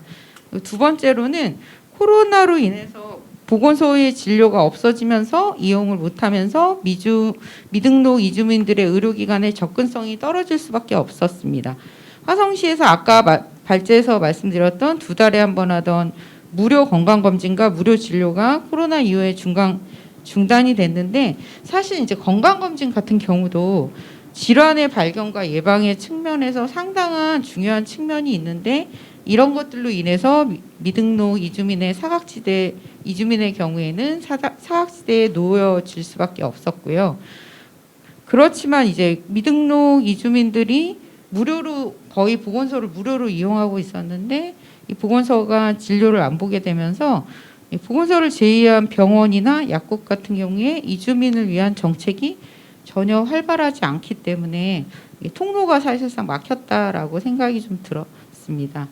그래서 저희 약국 같은 경우에는 앞에 이 사업 시행 전에도 이제 그 아까 말씀드린 것처럼 희망의 친구들을 가입해서 약제비 일부를 할인해주는 사업을 하고 있었지만 이게 지금 사실은 이제 조제료 5,000원 할인을 하는 거기 때문에 그 5,000원을 할인해줘도 약값 그러니까 할인율이 매우 적은 것이 좀 이주민들에게 불편함으로 다가오기도 했었고 그다음에 이런 희망의 친구들이 가입되어 있는 병원이나 약국이 매우 적다 보니까 그런 미등록 이주 노동자들을 위한 공제회가 있더라도 사실상 잘 운영이 안 되는 안타까움이 화성시에는 존재하고 있다라고 판단이 듭니다.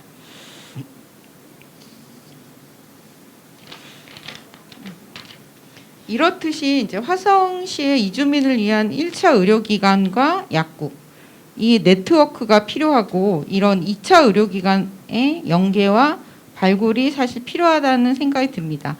앞에서 말씀드렸듯이 그 약국은 사실 인근의 의료기관이 이러한 사업에 참여를 해야지만 같이 참여할 수 있는 상황이기 때문에 참여 의료기관, 그러니까 참여 병원의 확보와 이에 따른 약국을 위한 참여와 독려가 사실은 좀 많이 필요한 상황입니다.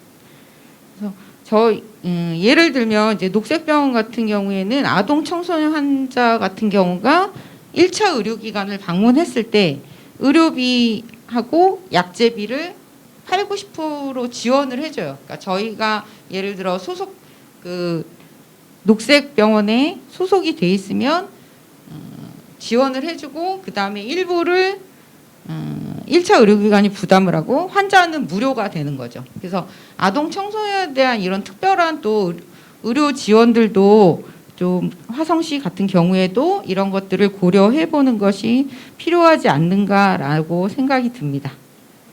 그다음에 세 번째는 아까 앞에서도 지적하셨듯이 미등록 이주민들을 위해서 의료 지원을 하기 위해서는 공식적인 홍보가 좀 필요한 것 같아요. 그러니까 저희가 원래 7월부터 시작을 하기로 했는데 7월 거의 말이 돼서 이제 시작을 했고 그 다음에 10월까지 하기로 했는데 아마 연장을 했던 걸로 기억이 나요. 근데 이제 그 SNS를 보시고 찾아오신 이주민들 같은 경우에 왜 시작을 빨리 안 하냐라는 독촉도 하셨고, 그다음에 연장한 걸 모르고 이제 제가 10월까지로 안내를 해드렸기 때문에 11월까지 연장이 된 것들을 모르시기도 하셨을 거다라고 판단이 들고요. 그래서 이러한 의료와 관련된 이제 소식이나 홍보를 위해서 일상적인 네트워크가 구축되어 있으면 그쪽을 통해서 연락이 가능하지 않을까 뭐 이런 고민들이 좀 들었습니다. 네 번째는 그 환자와의 소통을 위해서 이제 그 저희가 말하는 번역기로 번역을 하면서 쌍방 통역을 해보려고 했는데 사실 말하는 번역기로는 복약 지도는 가능한데 상대방의 궁금증이나 질문에 대해서 전혀 엉뚱한 얘기가 들려오기 때문에 그게 거의 불가능하더라고요. 그러니까 저의 일방적인 복약 지도는 가능했었는데 그런 것들이 좀 번역기의 어려움으로 일부 언어 같은 경우 또 스리랑카어 이런 건 또 지원이 안 되기도 했었어요. 그래서 이런 경우에는 이제 쌍방 소통을 위해서 통역사나 통역이 가능한 안정적인 기관이 화성시에도 좀 있었으면 좋겠다라는 게 있었고요.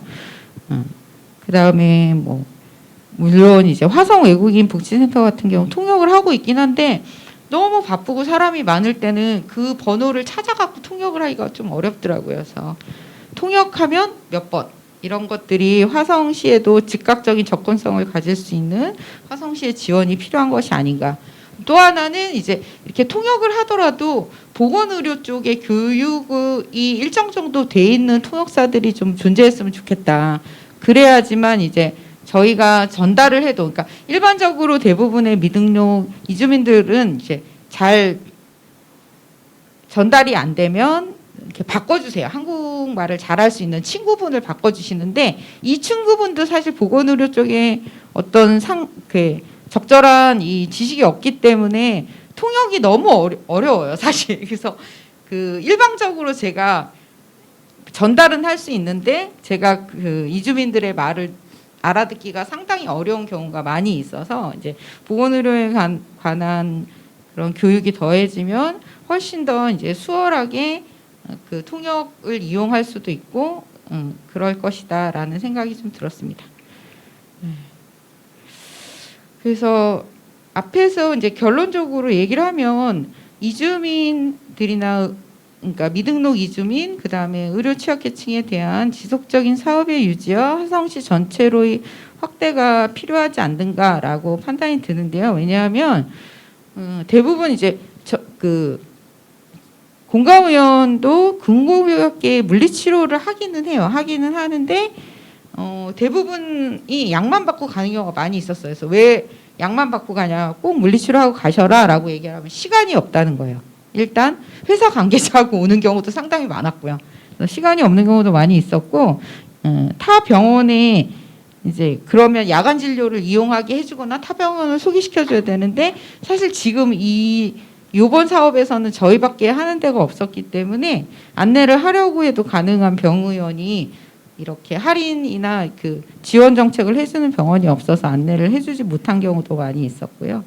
그래서 결론적으로 이제 진료비와 약제비의 고비용으로 이제 약국 그러니까 미등록 같은 경우에는 절반 50% 정도가 사실 약국을 이용하고 20% 정도가 병원을 이용할 수밖에 없는 현실을 봤을 때도 예, 그 병원과 약국의 그 미등록 이주민, 난민 그리고 의료 취약계층에 대한 지원이 화성시 전체로 좀 확대되고 이런 것들로 인해서 정확한 진료와 지속적인 약의 복용 그리고 질환의 조기 발견과 예방에 이런 것들이 도움이 되지 않을까 생각이 듭니다.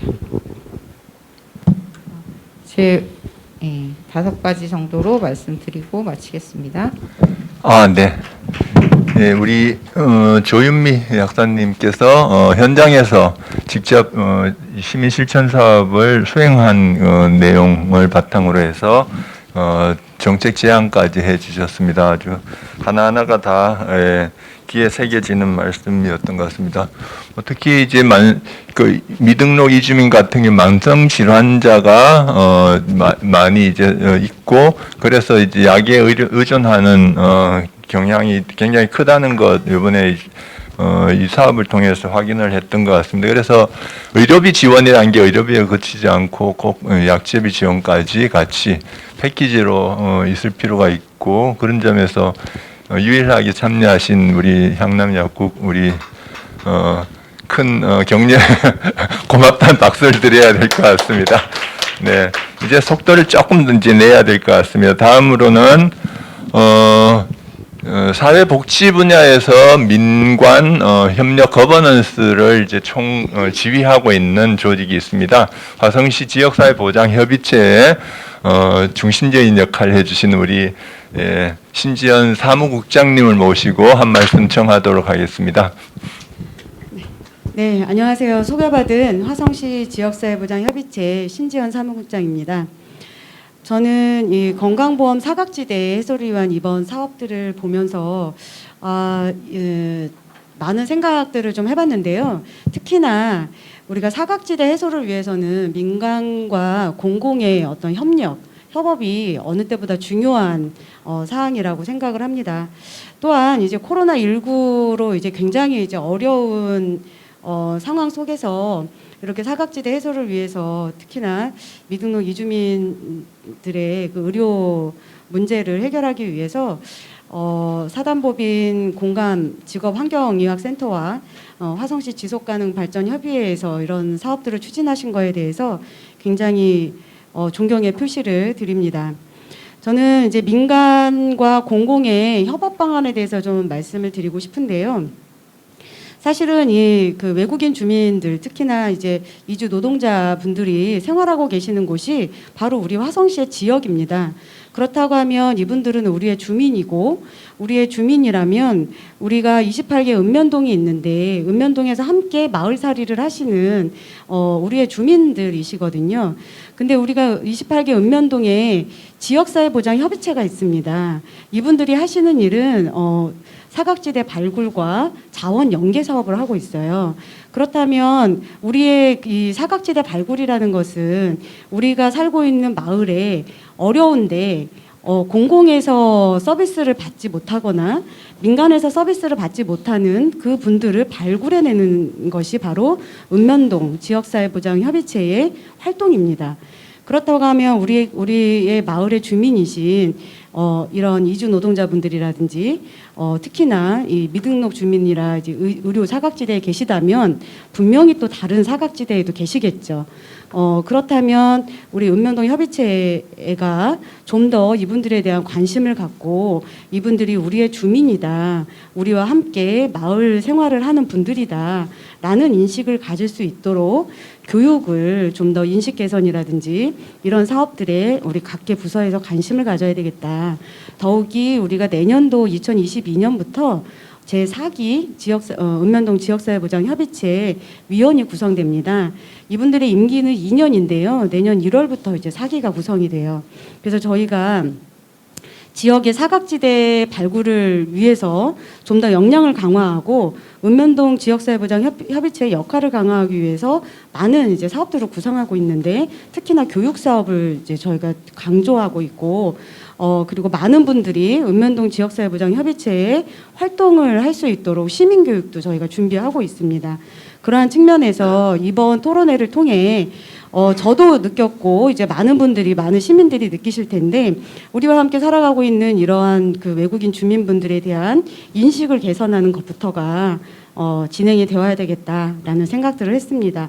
더욱이 우리 경기도는 위기 이후 발굴 지원 사업이라는 것이 있습니다. 그래서 그 위기 이웃들을 좀 더 많이 발굴하기 위해서 예산도 지금 내려주고 있어요. 그래서 이런 활동을 하시는 분들에게 특히나 읍면동 지역사회보장 협의체 위원들에게 활동비 지원까지 하고 있습니다.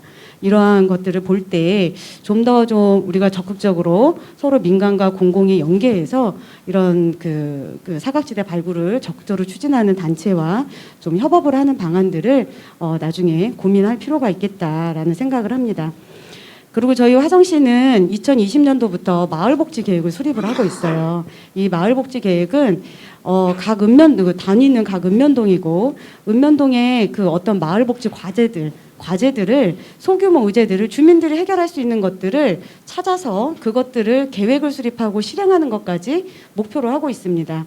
그래서 저희가 2020년에는 5개 읍면동이 계획을 수립했고 21년도에 그 계획 수립한 것을 4개 읍면동에서 실현을 하고 있습니다. 그리고 21년도 올해는 14개 읍면동에서 마을복지 계획을 수립을 했습니다. 그리고 내년도에는 또 실행을 할 예정이고요.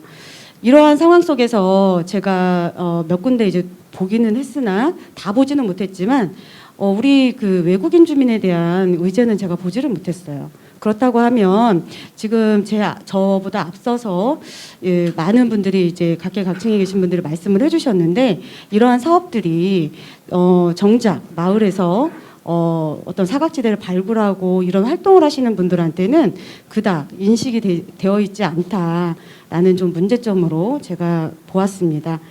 저도 이번 토론회를 통해 인식을 했고 우리 지역사회보장 협의체 분들의 교육이나 어떤 그런 사업들을 추진할 때는 좀 많은 협업을 통해서 이런 인식 개선 사업들을 좀 더 해나가야 되겠다라는 생각들을 하게 되었습니다.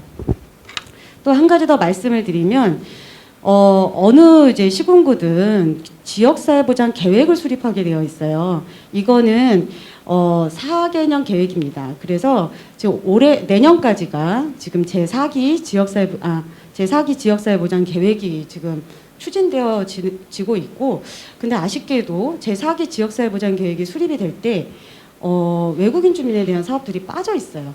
그래서 저희가 연차별 사업을 이제 추진할 때 외국인 주민 관련된 사업들을 좀 첨가해가는 그렇게 좀 추진을 했고요. 이제 내년에 그 제5기 지역사회보장 계획이 수립이 되는데 그때 적극적으로 이런 어떤 데이터들이 공유가 돼서 지역의 욕구를 좀 받아들여져서 제5기 지역사회보장 계획이 수립될 때는 좀 더 많은 그 사업들이 제한될 수 있도록 노력을 해야 되겠다 이런 생각을 합니다. 첨부해서 이제 지역사회보장 계획에 대해서 잘 모르시는 분들이 많기 때문에 지역사회보장 계획에 대해서 잠깐 설명을 드리면요. 지역에 이게 원래는 지역사회 복지 계획이었습니다. 그런데 이제 이게 지역사회 보장 계획으로 바뀐 이유는 복지라고 하면 어떤 돌봄과 어떤 수혜적인 차원에서의 이제 생각들을 서비스적인 차원들을 많이 얘기하시는데 지역사회 보장 계획은 지역사회에서 받을 수 있는 모든 그 보장되어야 되는 모든 것들을 포함하고 있어요. 그래서 4기 계획에는 11개 영역으로 돌봄과 환경, 교육, 문화, 뭐 교통 이런 부분들이 영역으로 되어 있다면 좀 돌봄을 좀 확대해서 그 5기 계획에는 13개 영역으로 좀 확대가 되었습니다. 그런 의미에서 그 돌봄 부분에서 좀 이렇게 배제되고 있고 또 사각지대에 놓여 있는 우리 그 외국인 주민들 특히나 미등록 그 이주민 이런 분들에 대한 어떤 그런 데이터나 욕구들이 많이 좀 반영돼서 화성시의 지역사회 보장을 어떤 그 특화할 수 있는 사업들이 공공에 많이 반영이 될 수 있도록 적극적으로 민에서 좀 건의하는 그런 작업들이 좀 되어야 되겠다 이런 생각들을 하고 있습니다. 그래서 내년도에 그 1월 달부터 TF 위원들이 이제 구성이 될 텐데요. 여기에 계신 많은 분들과 또 관심 있는 주민분들이 많이 참여해서 어떤 이런 데이터들을 바탕으로 해서 지역사회 보장 계획을 수립하는 데 역할들을 해주시면 좋을 것 같습니다. 이 사업을 보면서 제가 좀 아쉬웠던 게 2021년도에 민간협력 외국인 무료진료 사업이 보건소 사업이 저희 그 지역사회 보장 계획에 들어와 있었어요. 2021년도에. 그런데 저희가 이제 계획을 수립하면 항상 이렇게 시민들이 모니터링을 합니다. 근데 모니터링을 하는 중에 이게 중단이 되어 있는 거예요. 그래서 왜 이 사업이 중단이 되어 있냐라고 확인을 해보니 코로나로 인해서 중단이 되었는데 좀 더 가슴 아팠던 거는 외국인들을 한 자리에 모으기가 너무 어렵다는 거예요. 확산이 너무 우려되고 이제 그리고 또 하나는 더 큰 이유는 이제 보건소가 이제 코로나 대응으로 전환이 되면서 여력이 없으셨던 게 가장 컸어요. 그러나 제가 이 사업을 폐지하지 않고 중단하지 않고 좀 살려볼까라고 생각했던 부분은 이럴수록 더 사각지대에 계신 분들이 필요하실 텐데 이 사업을 중단하지 말고 지속해달라라는 이제 그 우리 모니터링 의견을 좀 전달을 했는데 보건소 자체가 여력이 없으세요. 예, 그래서 좀 이 사업이 돼서 좀 안타깝다라는 생각을 하고 있었는데 우리 여기 공감위원회에 또 원장님께서 우리 대표협의체 위원으로 계시면서 이러한 또 사업이 진행되고 있다라는 말씀을 하셨습니다. 이제 마지막으로 제가 드리고 싶은 말씀은 민간에서 우선 이제 사각지대에 계신 많은 분들을 위해서는 민간에서 먼저 많은 노력들을 하셔야 되는 건 맞아요. 그래서 노력들을 많이 하고 이것이 민간은 한계가 있기 때문에 공공과 어떻게 협업을 할 것인가에 대한 논의가 다음번에는 좀 있어야 되지 않을까. 민간에는 한계가 너무 많기 때문에 공공과 민간의 한계들을 좀 나누고 거기에 어떻게 같이 협업할 수 있는 방안들을 마련하는 장이 다음번에 있어지길 바라겠습니다. 네, 이상으로 저의 토론을 마치겠습니다. 네. 예, 읍면동에서 이제 마을살이를 하는 주민이란 표현이 나오는데 외국인 이주민이라고 지금 계속 표현을 써왔잖아요. 이게 행정에서 하는 공식 표현은 외국인 주민입니다. 예, 그래서 여러분들 왜 외국인인데 왜 주민일까 이렇게 의아해 하시는 분들도 계실 거예요. 그리고 이번에 이 사업이 행정하고 협의하는 과정에서 다소 좀 어려움이 있고 그 어려움을 이제 극복해서 결국 할 수 있게 되었는데 그때 이제 저한테 문의를 하셔서 그래서 이걸 한번 내세워봐라 얘기를 했는데 경기도에 외국인 주민 지원 조례가 있습니다. 거기에 따르면 외국인 주민의 지위가 명확하게 규정되어 있어요.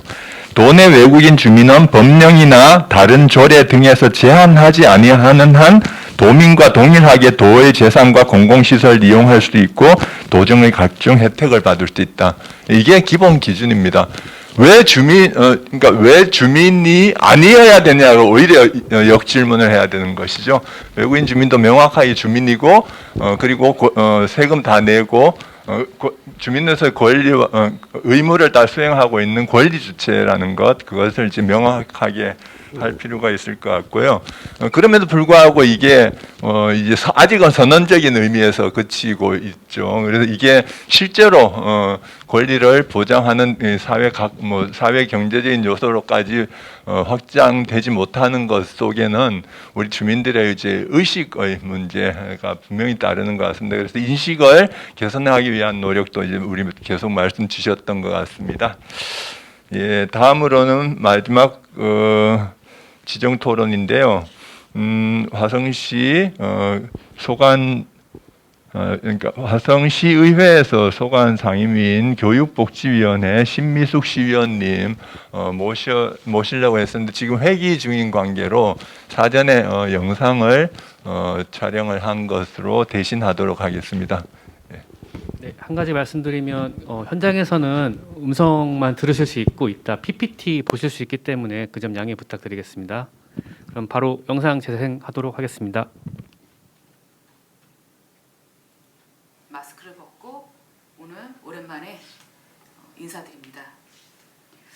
지금부터 15년 전쯤에 제 아이가 중학교 2학년쯤이라고 기억됩니다. 화성의제 21에서 하는 건강한 먹을거리 교육이 있다고 주변 분들이 얘기하셔서 참석해서 한 5주 동안 제가 좋아하는 음식이 제 밥상에 건강하게 오르기 위해서는 흙이 건강해야 되고 물이 건강해야 되며 공기 또한 건강해야 된다는 이야기들을 듣고 공부도 했습니다. 오늘 주관자로 나오는 지속가능발전협의회 남미름 국장님, 그때도 열정적으로 이러한 이야기를 저희한테 해주셨죠. 남이 농부가 무엇을 해야 되는 게 아니고 소비자인 내가 당장 무엇을 해야지만 장기적으로 내 밥상도 안전하다는 그런 결론을 내리고 활동을 시작했습니다. 오늘 이 자리를 주관하기 위해서 1년 동안 노력하신 공감직업환경의학센터의 정경희 이사님과 오늘 마지막 토론자로 계신 조현미 약사님께도 존경합니다 라는 말씀을 드리고 싶습니다. 여기 계신 분들 모두 알고 있듯이 일반적으로 이주 노동자들은 내국인에 비해 아주 열악한 노동 환경에 처해 있습니다. 고용노동부에 따르면 이주 노동자의 상당 부분을 차지하는 비전문 취업 이주 노동자는 한국인들이 기피하는 300인 미만의 중소기업 인력 부족을 해결하기 위해서 우리나라에 도입되었고 지금 또한 그 연장선상에 있습니다. 소위 어렵고 지저분하고 위험한 3D 업종에서 일하는 분들이 굉장히 많으시죠. 화성시 사례는 오늘 참여하신 토론자들 사례로 많이 보았기에 저는 타지의 사례를 한 가지 말씀드리고자 합니다. 최근 호칸소 비닐하우스에서 숨진 캄보디아 출신 이주 노동자가 2016년 고용허가제로 입국한 이래 3년 동안 고용보험에 가입되어 있지 않았으며 2019년 가입한 후에도 단 한 번도 진료 기록이 없다는 사실이 밝혀지면서 이거에 대한 관심이 재확인되고 있습니다. 모든 사람은 신체적, 정신적 건강을 누릴 권리를 가지고 있습니다. 이 또한 유엔에서도 같이 논의되고 있지만 요즘에 그것은 추상적 선언일 뿐이라는 비판 또한 많이 제기되고 있습니다. 이주 노동자의 건강권이 어떻게 보장되고 있는지 우리나라 또한 2020년 한국보건사회연구원에서 실시한 외국인 실태조사를 분석한 결과를 이번 기회에 저 또한 공부했습니다. 이주 노동자 중에 93.8% 정도는 의료보험에 가입되어 있습니다. 6.1% 적은 숫자인 것 같지만 이주 노동자 전체를 생각하면 이 또한 심각한 문제라고 할 수 있습니다. 왜 가입되어 있지 않는지 아니면 어떤 이유로 가입할 수 없는지 대부분의 사유는 첫 번째는 보험료가 부담됐기 때문입니다. 결과에서도 월소득 300만 원 미만인 노동자가 가입되어 있지 않는 비율이 훨씬 더 높았습니다. 또한 몰라서 가입하지 않은 퍼센트도 상당했습니다. 주당 노동시간이 60시간 이상인 노동자 또한 전체의 15%를 차지할 정도로 아주 저임금과 강도 높은 노동에 시달리기 때문에 의료사고 또한 많이 발생할 수밖에 없습니다. 산업 현장에서는 일손이 부족하고 코로나19 상황에 대한민국에서 예전부터 했던 작은 원종 또한 멀어지고 있는 상황입니다. 토론회에서 참석하기 전에 그 전에 화성시에 있던 사업을 잠깐 확인해 보았습니다. 제가 자료로 제출했듯이 화성시에서 2019년, 2020년에는 고용보험에 가입되지 않는 외국인 무료 진료를 시행했던 기록이 있었습니다.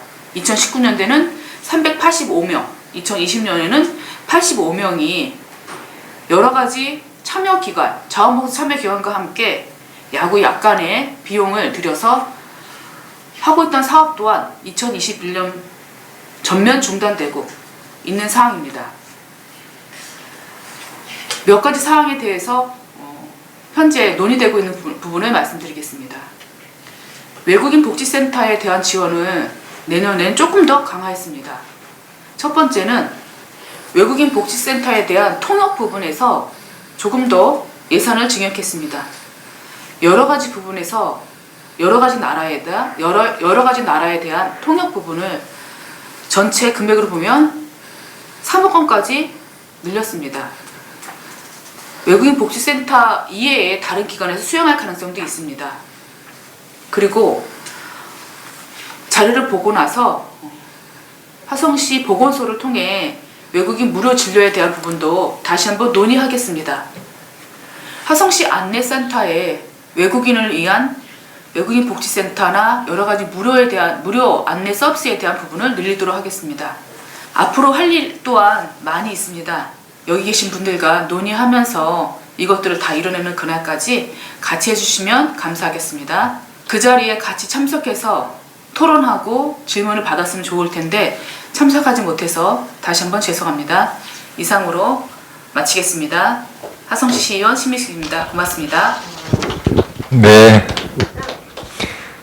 뭐 여러 가지 우리 오늘 논의한 여러 가지 말씀들과 제안들이 있었는데 뭐 화성시 의회에 우리 의원님도 기본 취지와 뜻을 같이 한다는 것을 뭐 확인해 주신 것 같고, 다만 이것을 어떤 방법으로 시의 정책으로 세워 나갈 건가 하는 것, 이런 것들은 오늘 토론 자리이든 아니면 이것이 끝난 뒤에 계속되는 논의 과정을 통해서 우리가 가닥을 잡아 나갈 필요가 있을 것 같습니다. 네, 지금까지 일단 지정 토론은 모두 5분 다 했는데, 여기 지금 우리 신미수 의원님께는 질문하기가 쉽지는 않겠지만 나머지 분들에 대해서 혹시 지금 이 자리에는 우리 플로어가 없어서 예, 혹시 뭐 질문이나 의견 나왔던 것이 있으면 모니터링 결과를 좀 해주시고요. 거의 혹시 이제 들으시면서 필요한 얘기를 좀 더 확인해 보는 정도로 이제 정리하는 단계로 가야 될 것 같긴 한데, 모니터링은 특별히 네. 네.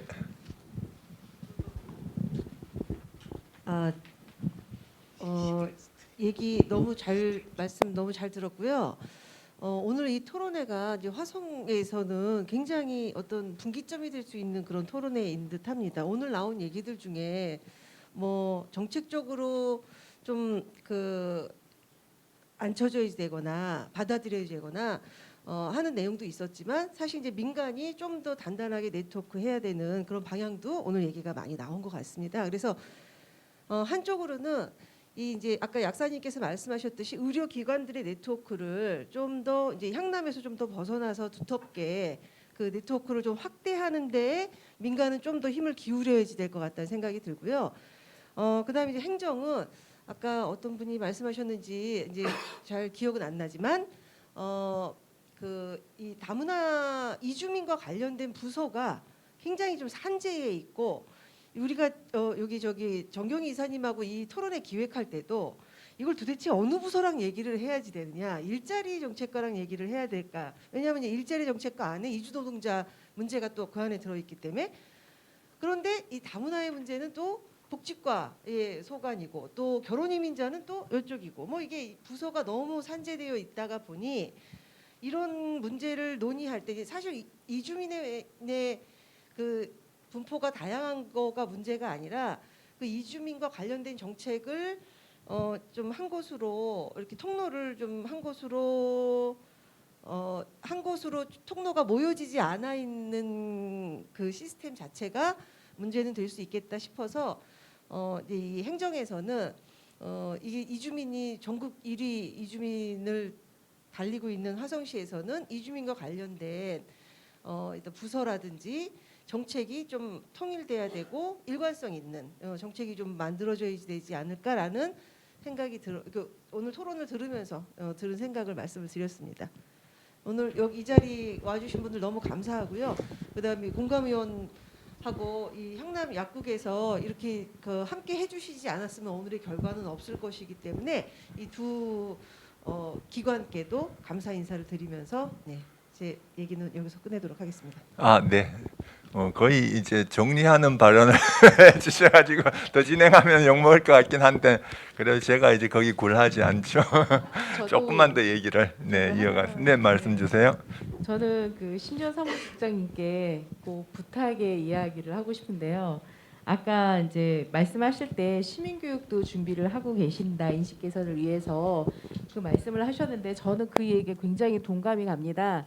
그러니까 제가 예전에 양감 쪽에서 사례 하나를 봤었는데 지역 주민 그 양감에 이제 어느 농장에서 그 양감의 한 주택을 빌려서 외국인 미등록 외국인 근로자들을 모아서 거기서 숙식을 하고 있었는데 그 지역에 살고 있는 주민이 신고해서 거기에 문제가 한바탕 크게 일어난 적이 몇 년 전에 있었습니다. 이게 그 외국인 근로자들이 같이 마을 주민이라는 인식이 없었기 때문에 그냥 그런 일들을 하지 않았었나라는 생각이 굉장히 많이 들었거든요. 그래서 이런 우리가 지역사회 28개 읍면동에 이런 시민 인식 개선에 대한 교육들이 잘 되어진다고 하면은 이런 외국인 근로자들도 우리와 함께 사는 마을 주민이다라는 걸로 인식하게 되면 그런 일은 없지 않을까. 그래서 저는 꼭 부탁드리고 싶은 게 이 인식 개선 교육을 꼭 필수 사항으로 넣어 주십사 하고 잠깐 말씀드렸습니다.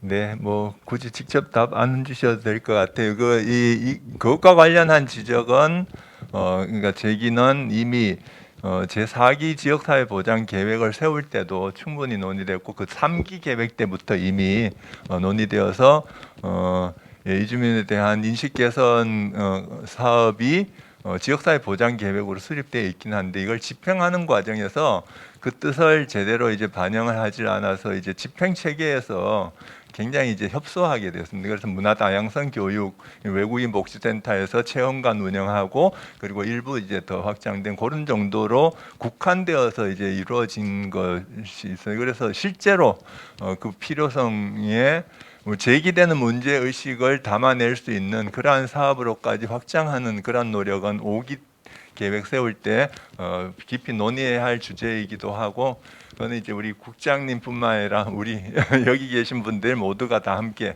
논의하면 좋을 것 같아요.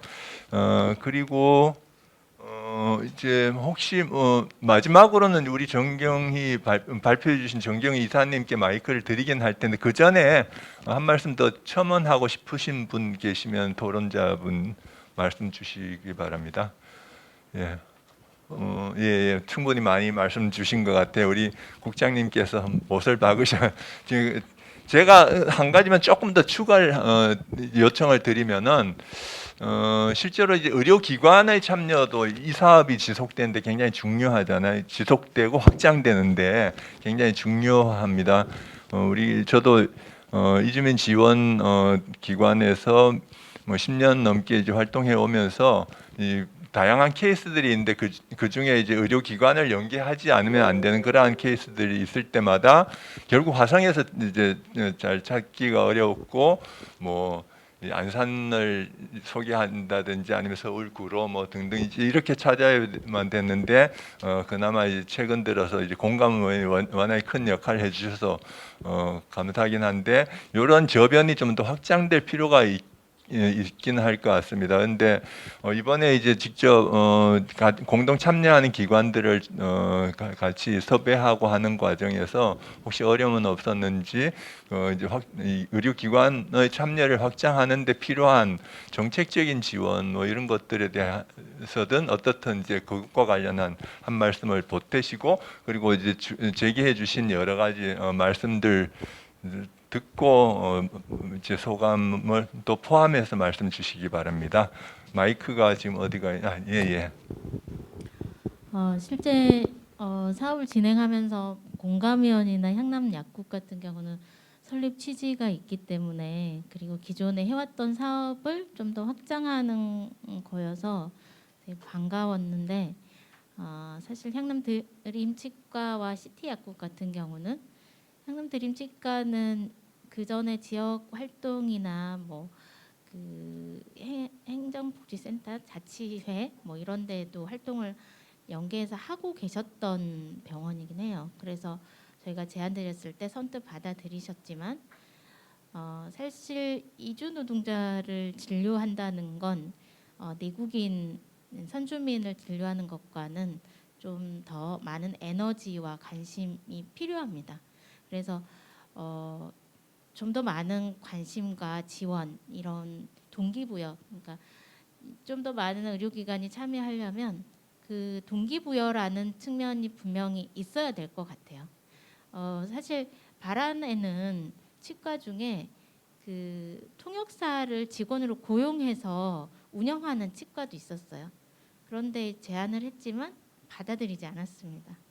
왜냐하면 비급여로 다 받으면 운영에 훨씬 더 도움이 되는데 굳이 이 사업을 해서 그렇게 복잡한 서류와 복잡한 과정을 밟고 싶지 않으시겠죠. 그래서 좀 더 많은 참여 의료기관을 확대하려면 지금 현재 지역사회보장협의체 건강분과에 일정의 의료기관들이 함께 이렇게 활동을 하고 계신 걸로 알고 있고요.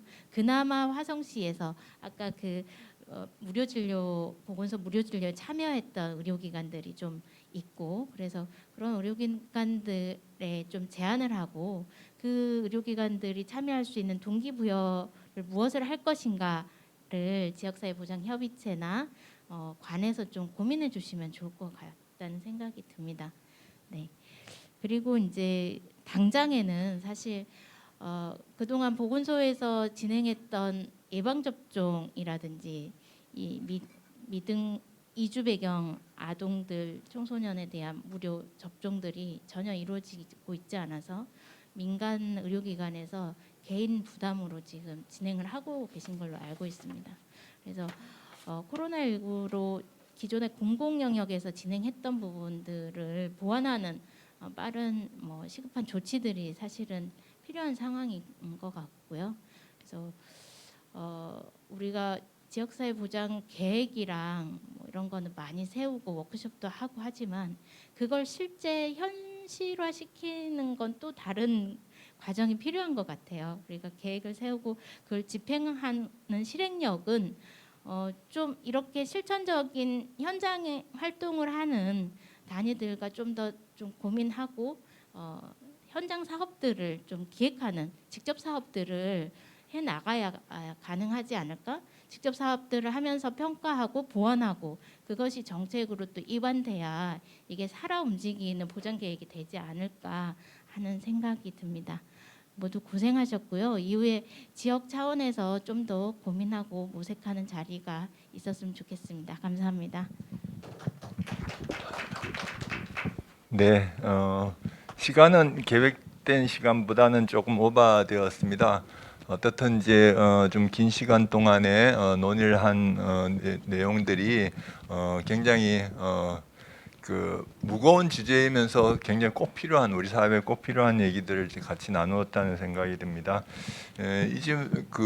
미등록 이주민에 대한 건강권의 지원이라는 것이 단순하게 그 사각지대에 놓여 있는 취약계층에 대한 지원에서 그치는 것이 아니라 우리 사회가 좀 더 건강하게 되기 위한 기본적인 전제 조건이 우리 사회의 지속 가능성을 계속 이어나가기, 지속 가능성을 담보하기 위한 중요한 사업이라는 것을 지금 우리가 이 토론을 통해서 확인을 한 것 같고요.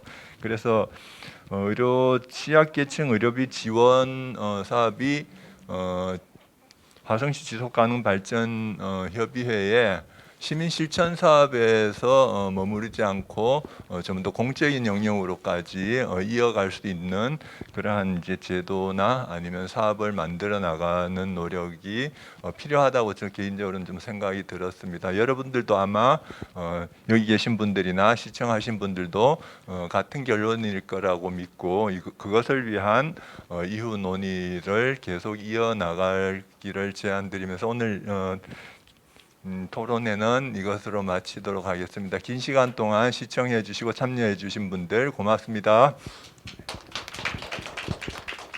네, 지금까지 의료 취약계층 건강보험 사각지대 해소와 지역 사회적 대안을 모색하는 토론회에 참여해주신 모든 분들께 감사드리며 토론회를 마치도록 하겠습니다. 감사합니다.